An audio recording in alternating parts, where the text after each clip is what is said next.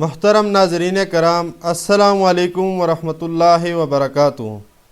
Programme on line سوال جواب کے سیشن میں ہم آپ کو خوش آمدید کہتے ہیں۔ ہمارے ساتھ حضرت مولانا مفتی عبدالواحد قریشی صاحب موجود ہیں۔ آپ سے گزارش ہے کہ اس ویڈیو کو زیادہ سے زیادہ شیئر کریں تاکہ اور لوگ بھی مستفید ہو سکیں۔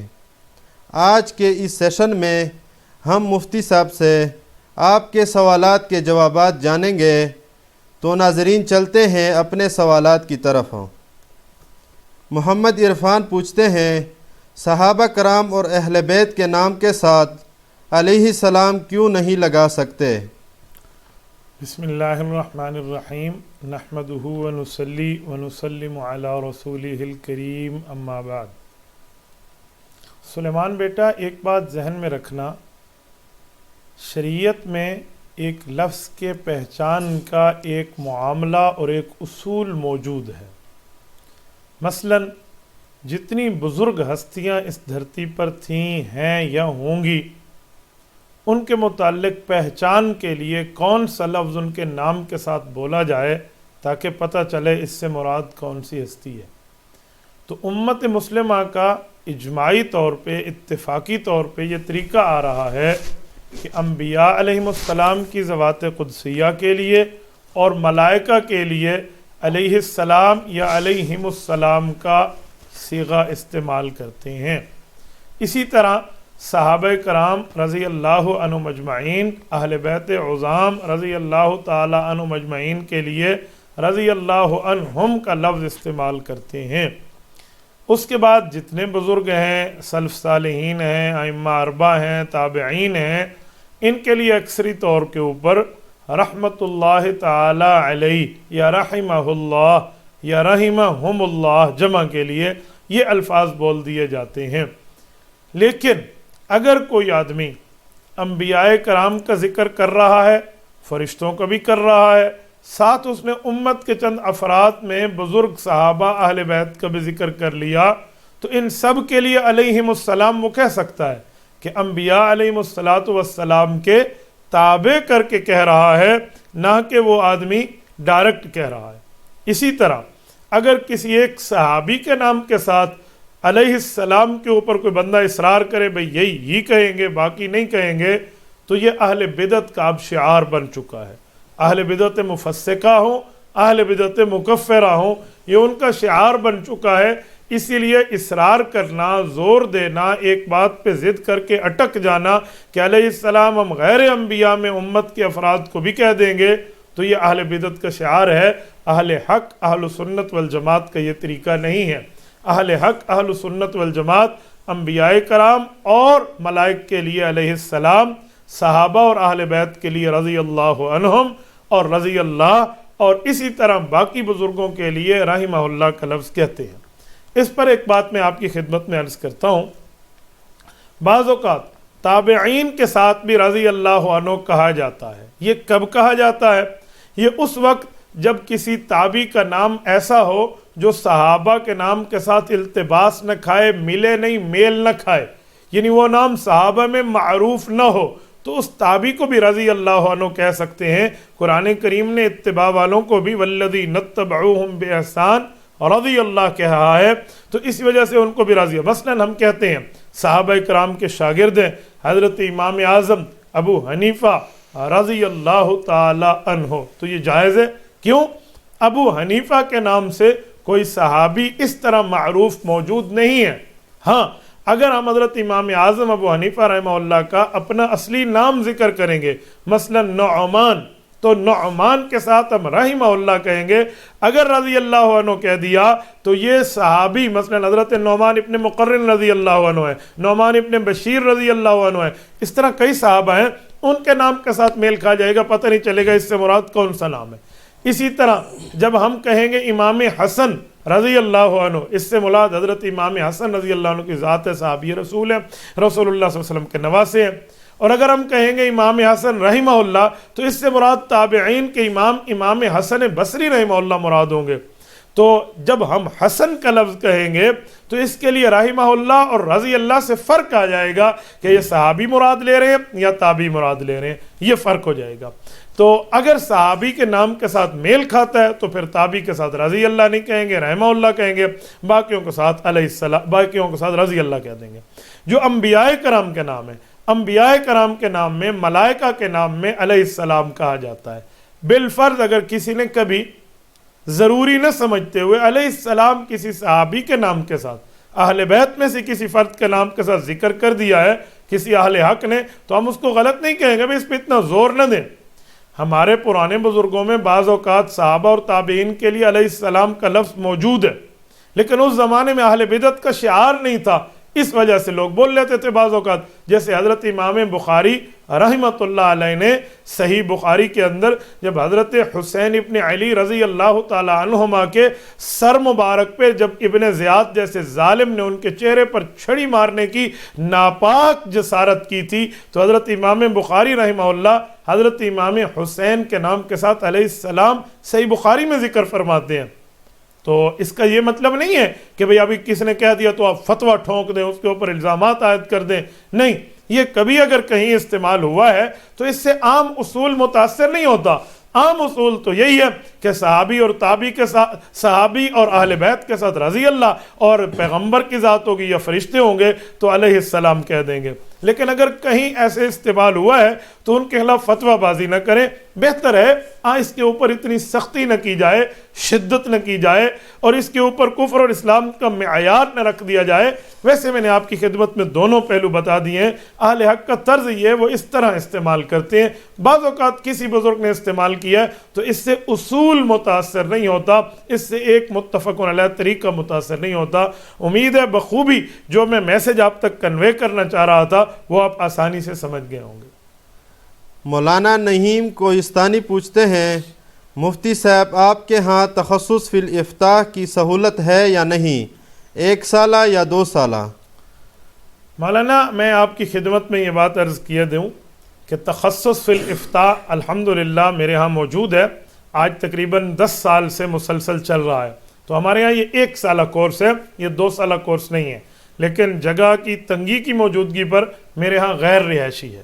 یہ ادارۃ النعمان ڈیرہ اسماعیل خان خیبر پختونخوا میں، تو ہم علاقے کے قریبی علماء کو اس کے اوپر ہر سال متوجہ کرتے ہیں۔ الحمدللہ 12 15 20 اس طرح ہمارے پاس ہر سال متخصصین علماء کرام تشریف لاتے ہیں۔ اگر آپ نے تخصص فرمانا ہے تو آپ مرکز اہل السنت والجماعت 87 جنوبی لاہور روڈ سرگودا میں متکلم اسلام حضرت مولانا محمد الیاس گمن دامت برکاتہم کے مدرسے میں تشریف لے جائیں۔ آپ کو تخصص فی الافتاء بھی ملے گا، آپ کو تخصص فی الدعوت و تحقیق بھی ملے گا، آپ کو باقی معاملات وہاں رہائشی سہولت کی بنیاد پہ ملیں گے۔ جہاں تک آپ نے میرے بارے میں پوچھا وہ بات میں نے آپ کی خدمت میں عرض کر دی ہے۔ بس دعا فرمائیں رب العزت ہمیں وسائل عطا فرما دے، اللہ پاک ہمیں معاملات عطا فرما دے، سہولیات عطا فرما دے، تو رہائشی بنیادوں پر بھی انشاءاللہ تعالی تخصص فی الافتاء کا اپنے ہاں ہمارے ہاں نظام موجود ہوگا۔ فی الحال کی بنیاد پہ یہ علماء کرام کے لیے غیر رہائشی ہے۔ باقی میں آپ کی دعاؤں کا اور آپ کی وساطت سے جتنے میرے سننے والے سامعین ہیں، ناظرین ہیں، ان سب کی اپنی ماؤں بہنوں کی خدمت میں یہ بات کہوں گا کہ ہمیں تہجد کی دعاؤں میں یاد کیجئے، ہمارے معاملات میں، ہمارے مدرسے کو، ہمارے ادارے کو، اہل حق کے کاموں کو۔ تو اس کا ایک فائدہ یہ ہوگا کہ آپ گھر میں بیٹھے ہوئے ہیں یا بیٹھی ہوئی ہیں لیکن آپ دعاؤں میں اہل حق کو یاد کریں گے تو رب العزت ان کے کام کے ثواب میں آپ کو شریک کر لیں گے۔ جو کام وہ لوگ نیکی کا کام محنت تگ و دو کوشش ہمت لگن کے ساتھ کر رہے ہیں وہ آپ گھر بیٹھے آرام سے ثواب لے لیں گے۔ امید ہے آپ میری بات کو سمجھے ہوں گے۔ اللہ تعالیٰ آپ کو اور ہمیں دین کے مطابق زندگی گزارنے کی توفیق عطا فرمائے اور اپنی جان، مال، وقت، آل، اولاد کو دین کے لیے خرچ کرنے کی، ان کو آگے چلانے کی بعافیت اللہ ہمیں سہولت عطا فرمائے۔ عمران خان سوال کرتے ہیں، انسان خود کی اصلاح کیسے کرے؟ ہمیں کیسے پتہ چلے گا کہ میں صحیح راستے پر ہوں یا غلط؟ رہنمائی فرما دیں۔ بھائی عمران خان، میں ایک جملہ آپ کی خدمت میں بات کر رہا ہوں، انسان اپنی اصلاح کیسے کرے؟ جب انسان اپنا علاج کسی قابل اعتماد ڈاکٹر سے کراتا ہے تو اپنی اصلاح کسی قابل اعتماد شیخ سے کیوں نہیں کراتے؟ آپ ڈاکٹر اپنی جان کے لیے اچھا سے اچھا تلاش کرتے ہیں تو آپ ایک شیخ اپنے ایمان کے لیے اچھا سے اچھا تلاش کریں، جو آپ کے مطابق متبع سنت بھی ہو، قرآن اور احادیث کا حافظ اور عالم بھی ہو، اور اس کو یہ چیزیں یاد بھی ہوں اور اس کی دسترس بھی ہو اور وہ سمجھتا ہو اور وہ آپ کی اصلاح کر سکے۔ اسے آپ کے کان کھینچنے کا طریقہ آئے اور آپ کو کان پیش کرنے کا سلیقہ آئے تو بالکل آپ اس سے اپنی اصلاح کرا لیں گے۔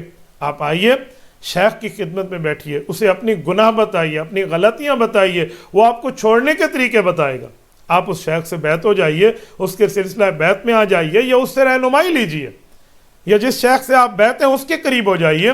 آپ معاملات میں اپنے معاملات اس کو بتائیں، خط کے ذریعے، میسج کے ذریعے، جیسے سہولت ہو، جیسے آپ کے شیخ کا مزاج ہو، آپ غلطیاں بتائیں۔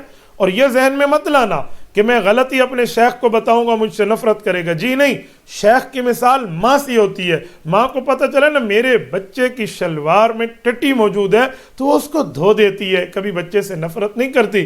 اور اگر شیخ کے علم میں آئے آپ کے لیے گناہ تو وہ اس گناہ کو دھلانے کا طریقہ آپ کو سمجھا دے گا، وہ آپ سے نفرت نہیں کرے گا۔ اور جو شیخ گناہ کو دیکھ کر اپنے مرید سے نفرت کرے وہ شیخ بننے کے لائق ہی نہیں ہے، وہ اس قابل ہی نہیں ہے۔ آپ ایسے ہی کیجئے، آپ کی اصلاح ہو جائے گی۔ اور پھر بندے کو کیسے پتہ چلے گا کہ میں اصلاح پر ہوں؟ یہ دوسرا آپ کے سوال کا حصہ ہے، تو آسانی کی بات ہے، آپ نیکی کریں گے، آپ کے دل کو سکون ملے گا۔ اذا اسرت کا حسنت وَإِذَا اسَاءَتْ كَ سَيِّئَةٌ فَأَنْتَ مُؤْمِنٌ، او کما قال علیہ السلام، حدیث پاک میں ہے کہ تجھے نیکی خوش کر دے، برائی تجھے غمگین کر دے، یہ تیرا مؤمن ہونے کا بہت بڑی علامت اور نشانی اور بات تجھے بتائی اور سمجھائی جا رہی ہے، تو بہت اچھی بات ہے۔ لیکن یہ خود سلیکشن نہ کیجئے، خود انتخاب نہ کیجئے، اپنے بڑے، اپنے شیخ، اپنے بزرگ، اپنے استاذ، اس کی خدمت میں جا کر اپنے حالات پیش کیجئے، خود کو پیش کیجئے، اپنے معاملات پیش کیجئے، پھر جا کر معاملہ ٹھیک ہو جائے گا۔ بیعت کا معنی یہی ہے نا، خود کو دوسرے کے ہاتھ پہ بیچ دو، وہ اصلاح کرے گا آپ کی شریعت کے مطابق، وہ سمجھائے گا آپ کو دین کے مطابق، وہ بندہ آپ کی غلطیاں درست کرے گا، احکام تعلیمات نبویہ کے مطابق وہ پوری ترتیب آپ کو دے گا۔ آپ اس ماہر کی زیر نگرانی رہ کے اپنی غلطیوں سے معافی مانگ لیں گے اللہ سے، اس ماہر کی زیر نگرانی رہ کر آپ گناہ چھوڑنے کا طریقہ سمجھ لیں گے اور اچھائیوں کی طرف آ جائیں گے، وہ آپ کو نیکیوں کی طرف راغب کرے گا، آپ کو برائی سے چھڑا دے گا، تو آپ بہت اچھے طریقے سے اپنی اصلاح کرا سکتے ہیں۔ اور یہ بات یاد رکھیں، اگر وبا کا دور چل رہا ہو تو حکیم سے دوری بندے کی جان لیوا ثابت ہو سکتی ہے، اسی طرح فتنوں کا معاملہ چل رہا ہو، اہل حق سے دوری بندے کا ایمان لیوا ثابت ہو سکتی ہے۔ اللہ ہماری جانوں کی بھی حفاظت فرمائے، اللہ ہمارے ایمان کی بھی حفاظت فرمائے۔ محمد حسن پوچھتے ہیں، رافضی اعتراض کرتے ہیں کہ حضرت عائشہ رضی اللہ تعالیٰ عنہا حضور صلی اللہ علیہ وسلم کی وفات کے بعد حضور صلی اللہ علیہ وسلم کے حجرے میں کیوں رہتی تھی، جبکہ انبیاء علیہ السلام کی وراثت تو صدقہ ہوتی ہے؟ انبیاء کرام کی وراثت صدقہ ہے، لیکن جو انبیاء کرام کسی کو گفٹ کر کے تحفہ دے دیں اپنی زندگی میں، کیا وہ بھی صدقہ ہوتی ہے؟ سوال سمجھیے، آپ کہہ رہے ہیں کہ سیدہ ام المؤمنین عائشہ صدیقہ رضی اللہ عنہا حضور پاک صلی اللہ علیہ وسلم کی زوجہ مکرمہ مطہرہ، یہ رسول اللہ کے وفات کے بعد روضہ نبوی میں قیام کیوں کر رہی ہیں؟ حضور کی وراثت امت کے لیے صدقہ ہے، پہلے اس روضہ اقدس کو حضور کی وراثت تو ثابت کریں۔ یہ تو حجرہ عائشہ ہے، حضور پاک علیہ الصلوۃ والسلام جن گھروں میں اپنی بیویوں کو رہائش دیتے تھے وہ گھر ان بیویوں کے لیے ہدیہ ہے، وہ ان گھر ان بیویوں کے لیے تحفہ ہے، وہ اس کی مالکہ ہیں۔ جب وہ رسول اللہ صلی اللہ علیہ وسلم کی ملک مبارک سے نکل کے دوسرے کے ملک میں چلا گیا، اب یہ اعتراض کہ حضور کی وراثت میں رہ رہی ہیں، اوہ اللہ کا بندہ آپ کیا بات کر رہے ہیں؟ تھوڑا سمجھیے، اس بات پر دلیل آپ بہت آسانی سے سمجھ جائیں گے۔ امیر المؤمنین سیدنا عمر فاروق رضی اللہ عنہ 22 لاکھ مربع میل کا مدبر وقت امیر المؤمنین، جس کے ایک کوڑے سے زمین کا زلزلہ رکے، ایک خط سے دریائے نیل چلا اور تا قیامت چلتا رہے، ایک آوازے کو لے کر ہوا ساریہ بن زنیم رضی اللہ عنہ تک پہنچے اور ان کی ایک چادر کو لے کے تمیم داری رضی اللہ عنہ کے ہاتھوں ہرہ کی آگ بجھ جائے، وہ امیر المؤمنین عمر فاروق جب شہید ہوتے ہیں، شہادت سے پہلے اپنے بچے کو کہتے ہیں، میرے بیٹے عبداللہ بن عمر جائیے اماں جان کے پاس اجازت مانگیے، روضہ نبوی میں امام الانبیاء دفن ہے، روضہ نبوی میں حضرت جانشین پیغمبر ابوبکر صدیق دفن ہے، اللہ ان دونوں کی قبروں پہ کروڑوں اربوں رحمتیں نازل فرمائے۔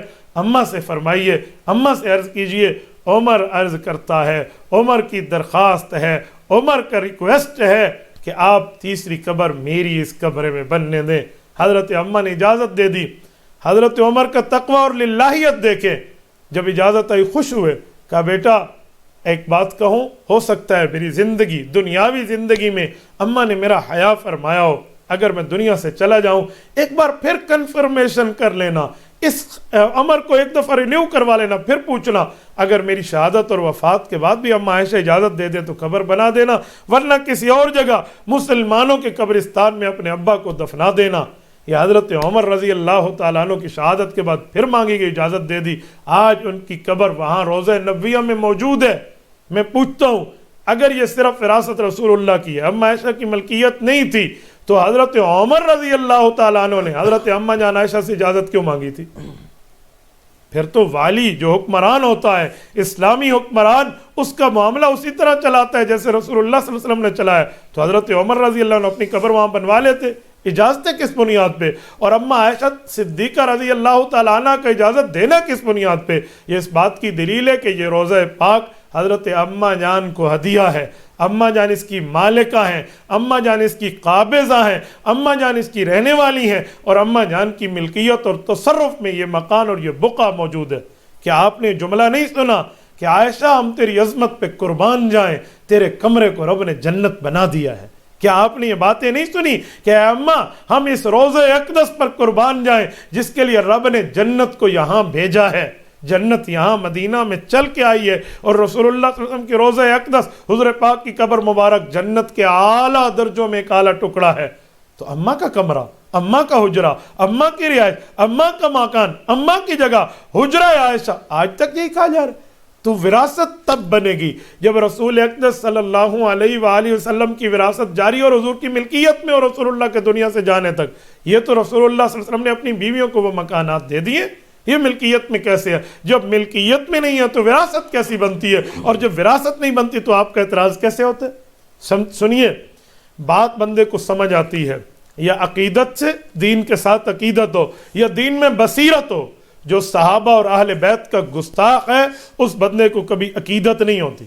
جن بندوں نے پیغمبر کی تیار کردہ جماعت، پیغمبر کی تربیت کردہ جماعت صحابہ اور اہل بیت علیہم الرضوان سے اپنی عقیدت کو ختم کر دیا، رب نے ان کی دین میں بصیرت کو کھینچ لیا، رب نے ان کی بصیرت ان کی معاملات سے ختم کر دی۔ نہ یہ عقیدت والے ہیں نہ یہ بصیرت والے ہیں۔ اہل حق کو رب العزت نے عقیدت بھی دی ہے، بصیرت بھی دی ہے، وہ مسئلہ سنتے بھی ہیں، مسئلہ سمجھتے بھی ہیں، مسئلہ سمجھاتے بھی ہیں۔ اہل حق پر رب العزت کی رحمت ہے، کرم ہے، احسان ہے، فضل ہے، امتنان ہے، اور رب العزت کا یہ بہت بڑا نعمت عظمیٰ کا مظہر ہے کہ اہل حق کو رب العزت نے منصوصات کلام کو معقولات کو محسوسات کر کے پیش کرنے کا طریقہ اور سلیقہ دیا ہے۔ منصوصات کا معنی جو اللہ کے رسول کی بات ہے اسے بتاؤ، معقولات کا معنی ایسے سمجھاؤ کہ تمہارے عقل میں آ جائے، محسوسات کا معنی ایسے طرز پر ان کو ریلائز کرا دو، ان کو دکھا دو، ان کو بتلا دو کہ گویا انہیں آنکھوں سے نظر آنے لگے کہ واقعی یہ چیز ایسی ہے۔ تو سیدہ کائنات رضی اللہ تعالیٰ عنہ اس روزے کی مالکہ ہیں، رسول اللہ کی طرف سے انہیں گفٹ ہوا ہے، انہیں تحفہ ملا ہے، اس لیے وراثت بنتا نہیں ہے۔ جب وراثت بنتا نہیں ہے تو اس پر اعتراض کرنا باطل ہو جاتا ہے۔ غلام نبی سوال کرتے ہیں کہ میں نے سعودیہ میں ایک دوست سے قرضہ لیا تھا، اچانک کسی ایمرجنسی کام سے پاکستان آیا، لیکن اب واپس نہیں جا سکتا، نہ ہی اس بندے کا کوئی فون نمبر ہے اور نہ رابطے کی کوئی صورت۔ بہت پریشان ہوں، ان پیسوں کا اب کیا کروں؟ بھائی غلام نبی، اللہ پاک آپ کی پریشانی کو دور فرمائے۔ بہت آسان حل ہے اس کا۔ اگر قرض خواہ، دو چیزیں ہوتی ہیں، ایک ہوتا ہے قرض خواہ، ایک ہوتا ہے قرض دار۔ قرض خواہ جو قرضہ دے، قرض دار جو قرضہ لے بعد میں ادائیگی کرے۔ تو جو قرض خواہ بندے کو نہ ملے، مثلا میں نے اس سے قرض لیا، وہ بندہ غائب ہو گیا، نہ کوئی رابطہ، نہ کوئی کنٹیکٹ، نہ کوئی پہچان، نہ کوئی تعارف، نہ کوئی جان، نہ کوئی شناسی، کچھ بھی نہیں ہے، تو کوشش کریں پہلے جان شناسی ڈھونڈنے کی، تعارف ڈھونڈنے کی۔ وہ کہتے ہیں پوچھ دے بندہ مدینے پہنچوا دے، تو آپ ذرا تلاش کر لیں، مل جائے گا۔ اگر نہیں ملے، بالکل نہ ملے، تو آپ دو کام ذہن میں رکھیں۔ نمبر ایک، یا تو کچھ عرصے کے لیے جہاں تک آپ کو امید ہو کہ کوئی بندہ آ کر لے گا تو پھر تو اس کی حفاظت کر لیں، اور اگر یہ نہیں ہے تو آپ اس پیسے کو صدقہ کر دیں، اللہ کے نام پہ کسی غریب کو دے دیں، اصل مالک کی ثواب کی نیت کریں۔ اگر پھر زندگی میں آپ کو اصل مالک مل جاتا ہے، وہ مل جاتا ہے کہ جی وہی بندہ ہے جس کو میں نے پیسے دینے تھے، تو آپ اسے بتائیں کہ میں نے آپ کا پیسہ بہت تلاش کیا آپ تک پہنچانے کے لیے، آپ نہیں ملے، میں نے صدقہ کر لیا۔ اب دو باتیں ہیں، اگر اس بندے نے ایکسیپٹ کر لیا کہ جی بالکل ٹھیک ہے آپ نے صدقہ کیا بس ہو گیا، تو آپ دونوں کو ثواب مل گیا۔ اور اگر اس بندے نے کہا جی میں صدقہ ودقہ کوئی نہیں مانتا، مجھے میرے پیسے دو، تو آپ بطور تیوان دیں گے، آپ کو دینا پڑے گا۔ یہ صورتحال ہے، اس لیے آسانی کے معاملے میں آپ صورتحال کو دیکھ لیں، اور قرض خواہ آپ کو نہیں ملتا تو آپ اس میں سے جس طریقے پر عمل کرنا چاہیں آپ کے لیے یہ طریقہ بہتر رہے گا، اور قبر آخرت پر انشاءاللہ تعالی کسی قسم کا کوئی مواخذہ اور گرفت نہیں ہوگی، اللہ رب العزت کرم اور فضل کا معاملہ فرمائیں گے۔ کاشف احمد سوال کرتے ہیں، میں عالم بننا چاہتا ہوں لیکن گھر والے اجازت نہیں دیتے، اب میں کیا کروں؟ بھائی کاشف، جب گھر والے عالم بننے کی اجازت نہیں دیتے تو اس کی تھوڑی تشریح بھی آپ فرما دیتے کہ گھر والے سے کیا مراد ہے؟ آپ کے ابو، آپ کی امی، یا آپ کی بہنا، یا آپ کی بھائی، یا آپ کی شادی ہو چکی ہے تو آپ کی بیوی اور آپ کے بچے؟ آپ تھوڑی وضاحت فرمائیں نا، پھر میں بات کروں۔ گھر والے اجازت نہیں دیتے، گھر والے کا کیا مطلب ہے؟ گھر والے کسے کہتے ہیں؟ عام طور پہ میں سمجھتا ہوں بیوی کو کہتے ہیں، لوگ کہتے ہیں میرے گھر والے میرے ساتھ ہے، میری گھر والی میرے ساتھ ہے۔ تو اگر بیوی اجازت نہیں دے رہی تو صحیح کر رہی ہے، اسی لیے کہ بیوی کے حقوق ہیں، بچوں کے حقوق ہیں، ان کے رکھوالے ہیں آپ کو اب کیا ضرورت پڑی ہے کہ آپ اٹھ گئے ہیں بھی اب میں نے عالم بننا ہے اور آپ نے اپنی بیوی کے معاملات کو چھوڑ دیا ہے اور اپنے گھر بار کے حقوق کو چھوڑ دیا ہے۔ اور اگر گھر والے سے مراد آپ کے بہن بھائی ہیں تو اصل آپ کے بہن بھائی ذمہ دار نہیں، آپ کے والدین ذمہ دار ہیں۔ اگر والدین اجازت دے رہے ہیں، بہن بھائی انکار کر رہے ہیں، چھوڑو جی آپ چلیے جا کر پڑھ لیجیے، آپ کے والدین نے آپ کو اجازت دی ہے۔ اور اگر ایسی بات نہیں ہے، آپ کے والدین آپ کو روک رہے ہیں، پھر کسی صورت آپ کو نہیں جانا چاہیے، کسی صورت نہیں جانا چاہیے۔ عالم بننا مستحب ہے، مکمل عالم بننا، لیکن اتنا علم کہ 24 گھنٹے شریعت کے مطابق عمل کر سکیں، موٹا موٹا علم وہ بندے کو پتہ ہو یہ فرض ہے، تو یہ بھی دیکھ لیں۔ اس کے ساتھ اگر ماں باپ کی خدمت کے لیے کوئی اور موجود ہے، ماں باپ کا دین کی طرف رجحان نہیں ہے، اور باقی بہن بھائی ان کی خدمت کے لیے موجود ہیں اور وہ آپ کو عالم بننے سے منع کرتے ہیں صرف اس وجہ سے کہ وہ دینی رجحان نہیں رکھتے، پھر اگر آپ چلے بھی گئے تو آپ کے لیے گنجائش موجود ہے، گناہ نہیں ہوگا، کیونکہ ماں باپ کے معاملات پیچھے صحیح طرح سے ہو رہے ہیں۔ لیکن کاشف میری ایک بات پھر آپ سے ایک بار پھر گزارش ہے، سوال صحیح کیجئے، اور کاشف کی وساطت سے میں سب سے کہتا ہوں، دیکھو ان کا نام کاشف ہے، کاشف کشف سے نکلا ہے، کشف کہتے ہیں بات کو کھول کے کرنا، تو یہ بات کو چھپا کے کر رہے ہیں، یہ کاشف نہیں ہے، یہ تو ساتر بن رہے ہیں۔ تو اس لیے بہتر ہے کہ کھول کے بات کریں، کھل کے بات کریں، سمجھا کے بات کریں، وضاحت سے بات کریں، تاکہ کھلی بات کا کھلا جواب دے کر میں آپ کو آپ کی بات سمجھا سکوں۔ فرحت اللہ خان سوال کرتے ہیں، نماز میں پاؤں کے ساتھ پاؤں اور کندھوں کے ساتھ کندھا ملانا کیسا ہے؟ ہم نے اس کے بارے میں احادیث سنی ہیں، بہت سے لوگ اس کو معیوب سمجھتے ہیں، اس کے بارے میں وضاحت فرما دیں۔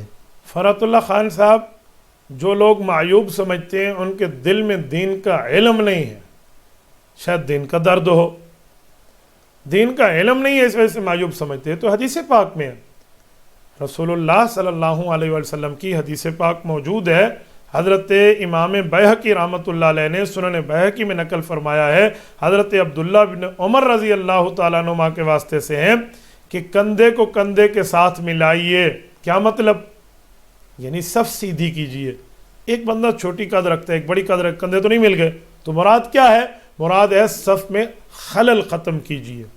اور بعض احادیث میں آتا ہے گھٹنے گھٹنے کے ساتھ ملاؤ، ٹخنے کو ٹخنے کے ساتھ ملاؤ، تو ٹخنے اور گھٹنے کو ملانے کا کیا مطلب ہے؟ تو آپ بہت آسانی سے سمجھ سکتے ہیں۔ حافظ ابن حجر اسقلانی رحمۃ اللہ علیہ صحیح بخاری کے شارح ہیں، انہوں نے صحیح بخاری کی فتح الباری شرح کی دوسری جلد میں لکھا ہے کہ ٹخنے اور گھٹنے ملانا تو بظاہر ناممکن ہے، یہ تو محال ہے، مل نہیں سکتا، امپاسبل ہے۔ تو اس کا مطلب کا حدیث پاک میں بتایا جا رہا ہے کہ صف سیدھی ہونی چاہیے، وہ ٹخنا سمجھایا گیا، وہ گھٹنا سمجھایا گیا، یہ نہیں ایک دوسرے کے ساتھ چپکانا، یہ مراد نہیں ہے۔ المبالغہ، اس سے سمجھایا جا رہا ہے اور بات کو مزید وضاحت سے بتایا جا رہا ہے کہ آپ اپنی صف کو سیدھا کریں، یہ نہ ہو گھٹنے کے ساتھ گھٹنا چپکا دیں، ٹخنے کے ساتھ ٹخنا، تو صف سیدھی ہونے کے بجائے ٹیڑھی ہو جائے گی۔ تو یہ جو کندھے کے ساتھ کندھا اور یہ چیزیں دراصل یہ ہے صفوں کی درستگی کہ آپ صفوف کو سیدھا کیسے کر سکتے ہیں. حدیث پاک میں اگر صف سیدھی نہ ہوئی، صف ٹیڑھی ہوئی تو رب تمہارے دلوں کو ٹیڑھا کر دے گا، ایک دوسرے سے تمہارا بگاڑ اور لڑائی کا معاملہ آ جائے گا. اس لیے اس معاملے کی وضاحت سمجھیے. جو لوگ معیوب سمجھتے ہیں شاید وہ اس دینی معاملات کی بات کی سمجھ نہ رکھتے ہوں، اس لیے بیچارے معیوب سمجھنا شروع ہو گئے ہیں. تو آپ ان کو آسانی سے پیار کے ساتھ، محبت کے ساتھ، واعظ اور نصیحت اور تذکیر کے ساتھ سمجھائیے تو انشاءاللہ ایسا کوئی معاملہ نہیں ہوگا. محمد سجاد پوچھتے ہیں کیا جوتے پر پاؤں رکھ کر نماز جنازہ پڑھنے سے نماز جنازہ نہیں ہوتا؟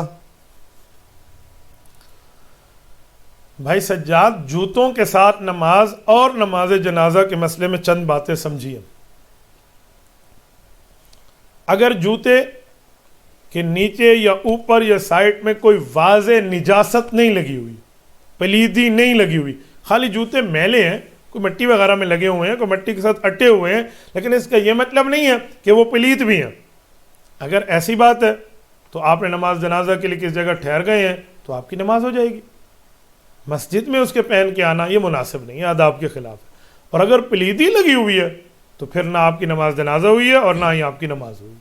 اسی لیے جوتے کے معاملے میں یہ بات واضح طور پہ ذہن میں رکھیے. لوگ احادیث پاک پیش کرتے ہیں کہ رسول اللہ صلی اللہ علیہ وسلم نے جوتوں کے اندر نماز پڑھی ہے. صلی رسول اللہ صلی اللہ علیہ وسلم من نعلین، رسول اکرم صلی اللہ علیہ وسلم کے جوتے مبارک پاکیزہ تھے. حضور پاک علیہ الصلوۃ والسلام کی جوتوں کے ساتھ کسی قسم کی کوئی نجاست کا کوئی اثر موجود نہیں تھا. اللہ کے رسول نے نماز پڑھی. اگر آپ کے جوتے بھی ایسے پاک صاف ہیں، بالکل اس میں نجاست سے پاکیزہ ہیں، دھوئے ہوئے ہیں، بالکل صاف ہیں، آپ بھی نماز پڑھیے، آپ کو کون منع کرتا ہے. لیکن یہ نہ کہیے کہ اسی طرح ہی نماز ہر وقت پڑھنی چاہیے. جی نہیں، آپ نماز جنازہ کے لیے ٹھہرے ہیں. عام ٹائم میں جب آپ جوتوں کے ساتھ نماز پڑھیں گے تو سجدے میں انگلیاں وغیرہ کیسے رکھنی ہے اس پر تھوڑا مسئلہ بنے گا. لیکن نماز جنازہ میں تو سجدہ ہی نہیں ہے نا. نماز جنازہ میں کس نے کا سجدہ ہے؟ یہ تو سمجھانے کے لیے لوگ کہتے ہیں نا کہ نماز جنازہ میں آپ ٹھہرے ہو اور آپ کی سجدے والی جگہ پہ کانٹا ہو، تو جب آپ سجدے میں جائیں گے تو کانٹا ایک ہاتھ سے ہٹائیں گے یا دو ہاتھوں سے؟ تو جسے پتہ نہیں ہے کہ سجدے میں نماز جنازہ میں سجدہ ہے یا نہیں ہے، وہ کہے گا بس تھوڑا سا ہاتھ سے ہٹا لوں گا، حالانکہ وہ اس نے سجدہ کرنا ہی نہیں ہے. تو جب نماز جنازہ میں نہ رکوع ہے اور نہ سجدہ ہے تو پھر آپ کو کسی قسم کا کوئی پرابلم نہیں ہے. جوتے پاکیزہ ہیں تو آپ اس کے اوپر آپ اس میں پاؤں رکھ کے نماز پڑھ سکتے ہیں. اگر جوتوں پر نیچے کوئی پلیتی بھی لگی ہوئی ہے، آپ جوتے اتار لیں، جوتے اتار کے پاؤں اوپر رکھ دیں، پھر بھی آپ کی بلا کراہت نماز جنازہ ادا ہو جائے گی. اس میں کسی قسم کا کوئی مسئلہ نہیں رہے گا. فواد احمد پشاور سے سوال کرتے ہیں ایک بندے نے کچھ سال پہلے بیٹے کی پیدائش پر ایک بکرا ذبح کیا، وہ ایک بکرا عقیقے کے لیے کافی ہے یا اب دوسرا بھی ذبح کرے گا یا اثر نو 2 بکرے ذبح کرے گا؟ جواب عنایت فرما دیں. بھائی فواد، ایک بات ذہن میں رکھنا، عقیقہ اگر بچے کا ہو تو 2 بکرے اور بچی کا ہو تو 1 بکری. وہاں 2 بکریاں، یہاں 1 بکری، وہاں 2 بکرے، وہاں 1 بکرا، یعنی یہ فرق ہے. مؤنث مذکر جو بھی چل جائے، مسنون مؤنث ہے. ویسے اللہ کے رسول صلی اللہ علیہ وسلم نے شاطان کا لفظ آتا ہے، حضرات حسنین رضی اللہ عنہما کے لیے ذبح فرمایا. اصل تو یہ ہے، لیکن کوئی والد ایسا ہے اس کی طاقت میں 2 بکرے ذبح کرنا اپنے بیٹے کے لیے نہیں ہے تو اس نے 1 ہی کر دیا، تو 1 ہی کافی ہو گیا. اب اس کو ہم یہ نہیں کہیں گے کہ اب دوسرا بکرا خرید، اب تیرے پاس طاقت اور بس کے پیسے آ گئے ہیں لہذا تیرا بس بن گیا لہذا دوسرا بکرا خرید اور ذبح کر لے، یوں نہیں کہیں گے. اور اسی طرح یہ بھی نہیں کہیں گے کہ اب تیرے پاس پیسے آ گئے تو لہذا پچھلا بکرا کل عدم ہو گیا اور وہ ختم ہو گیا، وہ ان کا ہو گیا اور 0 ہو گیا لہذا ارسر 9 2 بکرے ذبح کر. ایسی کوئی بات نہیں. بکری تو ہے ہی 1 نا بچی کے لیے، لیکن اگر بچے کے لیے بھی بندے کے پاس حیثیت نہیں ہے، بس نہیں چلتا، اتنی مالیت کی طاقت بندہ نہیں رکھتا کہ 2 بکرے خرید سکے، یہ ہر بندہ خود سمجھتا ہے، تو اگر اس کے پاس صرف 1 جانور کی پیسے بھی ہیں تو 1 جانور اس نے ذبح کر دیا، بس اس کا عقیقہ ہو گیا ہے. اب اس کو دوبارہ لازم نہیں ہے کہ وہ دوسرا بکرا ذبح کرے یا ارسر 9 ذبح کرے. طیب خان پوچھتے ہیں شادی کے بعد نام تبدیل کرنا کیسا ہے؟ مثلا باپ کی جگہ شوہر کا نام لگانا. طیب، شادی کے بعد نام پہچان کے لیے کسی لفظ میں اضافہ کر دیں تو یہ معیوب اور غلط نہیں ہے بلکہ ٹھیک اور جائز ہے. ایک خاتون ہے، ان کا نام زینب ہے، ان کی شادی ہو گئی ہے کسی شاکر الدین سے، تو اب اس نے زینب شاکر خود کو کہنا شروع کر دیا ہے تو یہ معیوب نہیں ہے، غلط ہے. ہمارے ہاں میسج میں یہ فارورڈ میسج اس دن میں آپ کو یہاں دکھائے دیتا ہوں، شاید میں نے ڈیلیٹ نہ کر دیا ہو. مجھے بھی ایک میسج آیا کہ شادی کرنے کے بعد اگر کسی خاتون نے اپنے خاوند کا نام اپنے ساتھ لگا لیا ہے تو یہ نعوذ باللہ نسل حلال سے نکل گئی ہے، اور یہ اس کو عذاب ہوگا اور یہ ہوگا اور وہ ہوگا، اور پتہ نہیں کیا کیا احادیث نیچے لکھی ہوئی تھی. اور وہ جتنی احادیث اور آیات کی بات ہے نا، وہ تب ہے جب کوئی اپنا نسب تبدیل کر لے، اپنا نسب، اپنی قوم، اپنی کاسٹ، اپنی فیملی تبدیل کر لے کہ جی میں آج کے بعد، پہلے میں خود کو بلوچ کہتا تھا، آج کے بعد میں خود کو آوان کہوں گا، جی پہلے میں آوان کہتا تھا اب خود کو میں پٹھان کہوں گا، پہلے میں پٹھان کہتا تھا اب میں خود کو فلاں کہوں گا. اس نے قومیت بدل دی ہے. تو وہ احادیث تو ان کے لیے تھی اور ان نے فٹ یہاں کر دیا. تو یہ بالکل غلط ہے، قومیت تبدیل نہ کریں. لیکن اگر خاتون اپنے ساتھ پہچان کے لیے اپنے شوہر کا نام لگاتی ہے تو کسی قسم کی کوئی غلطی نہیں ہے. وہ اپنے والد کا نام لگاتی ہے تب بھی ٹھیک ہے، جائز ہے، لیکن اپنے شوہر کا نام ساتھ لگا دیتی ہے پہچان اور تعارف کے لیے، تو یہ کسی قسم کا کوئی پرابلم نہیں ہے، نہ اس کو کوئی عذاب ہے، نہ اس کے لیے کوئی پیمانے اور فیتہ لے کر آپ کھڑے ہو جائیں جی اتنا عذاب ہے، جی اتنا عذاب ہے، جی اتنی وعید ہے، جی اتنا مسئلہ ہے. ایسی کوئی بات نہیں ہے. شریعت نے نہ یہاں ڈرایا ہے نہ یہاں بندے کو وہ دی، شریعت نے چھوٹ دی ہے، اس پر خاموشی ہے. آپ کریں تو بھی ٹھیک ہے، نہ کریں تو بھی ٹھیک ہے، لیکن قومیت وہیں رہے گی، ابوت وہیں رہے گی، ابیت وہیں رہے گی، ولدیت وہیں رہے گی. بنت اور بیٹے ہونے کے لیے اپنے باپ کا معاملہ رہے گا، لیکن اپنے تعارف کے لیے، کوئی پہچان کے لیے، کوئی جو ہے نا کیا کہتے ہیں کسی بات کے لیے خاوند کا نام ساتھ لگا دیتی ہے تو جرم نہیں ہے، کوئی بری بات نہیں ہے. شادی کے بعد یہ شوہر کا نام اپنے ساتھ لگا سکتی ہے. رحمت عزیز چترال سے سوال کرتے ہیں کہ مردے کو دفنانے کے بعد اس کی قبر پر جو آیتیں پڑھی جاتی ہیں اس کا کیا حکم ہے؟ تدفین کے بعد آیات پڑھنا قرآن کریم کی کس صورت کی ہے اور کہاں ہے ذرا سن لیجئے. حدیث پاک میں ہے اور یہ بات مسنون ہے کہ جب بندہ دفن ہو جائے قبر میں تو تدفین کے بعد اس کے سرانے یعنی سر والی طرف اور اس کے پیرانے یعنی پاؤں والی طرف قرآن کریم کی آیات پڑھنی چاہیے. وہ کون سی ہیں؟ حضرت عبداللہ بن عمر رضی اللہ تعالیٰ عنہما کی روایت بہقی کے اندر موجود ہے کہ حضور پاک صلی اللہ علیہ وسلم کی ترتیب یہ تھی کہ سورۃ البقرہ کی ابتدائی آیات الف لام میم سے لے کر ہم المفلحون تک اور یہ سر کی طرف پڑھتے تھے، اور سورۃ بقرہ کی آخری آیات آمن الرسول سے لے کر آخر تک فانصرنا علی القوم الکافرین تک یہ ان کے پاؤں کی طرف پڑھتے تھے. تو اس حد تک تو مسنون ہے، یہ احادیث پاک میں. اور اگر اللہ کسی توفیق عطا فرما دے، اس کی اولاد ہو، بھائی ہو، دوست ہو، چاہنے والا ہو، جاننے والا ہو، پہچاننے والا ہو، تعلق والا ہو، وہ مکمل سورۃ بقرہ بھی پڑھ سکتا ہے. اور بہت ساری ٹائم تک، بہت سارے وقت تک بیٹھ کر، وقت نکال کے وہ اس کے اوپر تلاوت کرتا رہے، بیٹھا رہے، زبانی پڑھتا رہے، بہت اچھی بات ہے. صحیح مسلم میں حدیث پاک موجود ہے. سیدنا عامر ابن عاص رضی اللہ عنہ بہت زبردست صحابی ہیں، اعقل العرب، اذہن العرب، ان کا لقب ہے کہ عرب کے 4 ذہینوں میں ایک مشہور ذہین ہے حضرت عمرو ابن عاص رضی اللہ تعالیٰ عنہ. یہ وہ صحابی ہیں جن کے لیے میں ایک بات چلو کرتا جاؤں. جب یہ ایمان لا رہے تھے نا حضرت خالد ابن ولید کے ساتھ تھے، حضرت خالد ابن ولید رضی اللہ عنہ اللہ کے رسول صلی اللہ علیہ وسلم کی بیعت کر لی، ایمان لا لیا. جب ان کی باری آئی نا تو اللہ کے رسول نے ہاتھ بڑھائے تو ان نے اپنے ہاتھوں کو پیچھے کر لی. اللہ کے رسول نے پوچھا ما لک یا عمر، کیا ہوا؟ یہ عرض کرنے لگے انا اشترط، یا رسول اللہ میں ایک شرط لگاتا ہوں. کہ ماذا تشترط، کیا شرط ہے؟ انہوں نے کہا رسول اللہ شرط یہ ہے کہ میں بت پرستی چھوڑ کے آ رہا ہوں، بہت گناہ گار ہوں، میں نے غلطیاں کی ہیں، گناہ کیے ہیں، آپ کی خدمت میں آیا ہوں، دنیا بھی اللہ بہتر کرے گا، اللہ آخرت بہتر کرے، آپ میرے ساتھ وعدہ فرمائیں، میں آپ کے فرمان کے مطابق زندگی گزاروں گا، آپ اللہ رب العزت سے مجھے جنت لے کر دیں گے. آپ علیہ السلام نے فرمایا عمر وعدہ ہے، اور بتائے کہ جی اب بیعت کر دو. ان نے ہاتھ بڑھا دیے. یہ عمر ابن عاص رضی اللہ عنہ جب یہ فوت ہو رہے تھے نا تو اپنے بچوں کو کہا، خصوصاً حضرت عبداللہ بن عامر ابن عاص رضی اللہ عنہ کے جو بیٹے ہیں، کہ میری اولاد ہو، تم میرے بیٹے ہو، میری قبر کے قریب بیٹھے رہنا، اوپر مٹی ڈالو گے، پانی ڈالو گے، فشنوا علیہ التراب، پوری ترتیب ہو جائے گی، پانی اور یہ سارا چھڑکاؤ ہو جائے گا. اس کے بعد قرآن کریم پڑھتے رہنا حتی ینحضر الجذور، یہاں تک کہ اتنا وقت گزرے کہ اونٹ پکڑا جائے، باندھا جائے، ذبح کیا جائے، ذبح کے بعد بوٹیاں بنے، بوٹیاں بن کے اس کو تقسیم کر دیا جائے. یہ کچھ رہ کے چاہتے ہیں اٹھ کو ہیج کے وڈیج بنے، اتنا ٹائم لگ جائے. اس کے بعد تم جا کر اٹھنا اور تلاوت ختم کرنا. کیوں؟ حتی استأنس بکم، تمہاری اس تلاوت سے مجھے قبر میں انس ہوگا اور میں انس پکڑوں گا تمہاری اس تلاوت کو۔ تو حضرت عمرو بن عاص کی صحیح روایت صحیح مسلم میں موجود ہے، علماء اس کو 8ویں سال میں پڑھتے ہیں، پھر ان کے سر پہ عالم ہونے کی دستار بندی کر دی جاتی ہے اور پگڑی مبارک کو پہنا دیا جاتا ہے۔ تو یہ قبر مبارک پہ اگر ٹائم ملتا ہے، اپنے والد ہیں، اپنے استاذ ہیں، اپنے شیخ ہیں، اپنے بزرگ ہیں، اپنے محسن ہیں، تو ان کی قبر پہ اتنا ٹائم پڑا جائے۔ میری والدہ محترمہ رحمۃ اللہ علیہا جب اس دھرتی سے گئی ہیں، 2003 کی بات ہے، نواسوں والی تھی، پوتے تو اس وقت ان کے نہیں تھے، نواسے تو تھے نا۔ ہماری الحمدللہ 7 بہنیں ہیں اور ان کے کل ملا کر اگر بچے ملائیں تو کوئی 60 سے بھی اوپر پہنچ جائیں گے بچے اور بچیاں۔ تو الحمدللہ ان میں حافظ بھی ہیں، عالم بھی ہیں، مفتی بھی ہیں، قاری بھی ہیں۔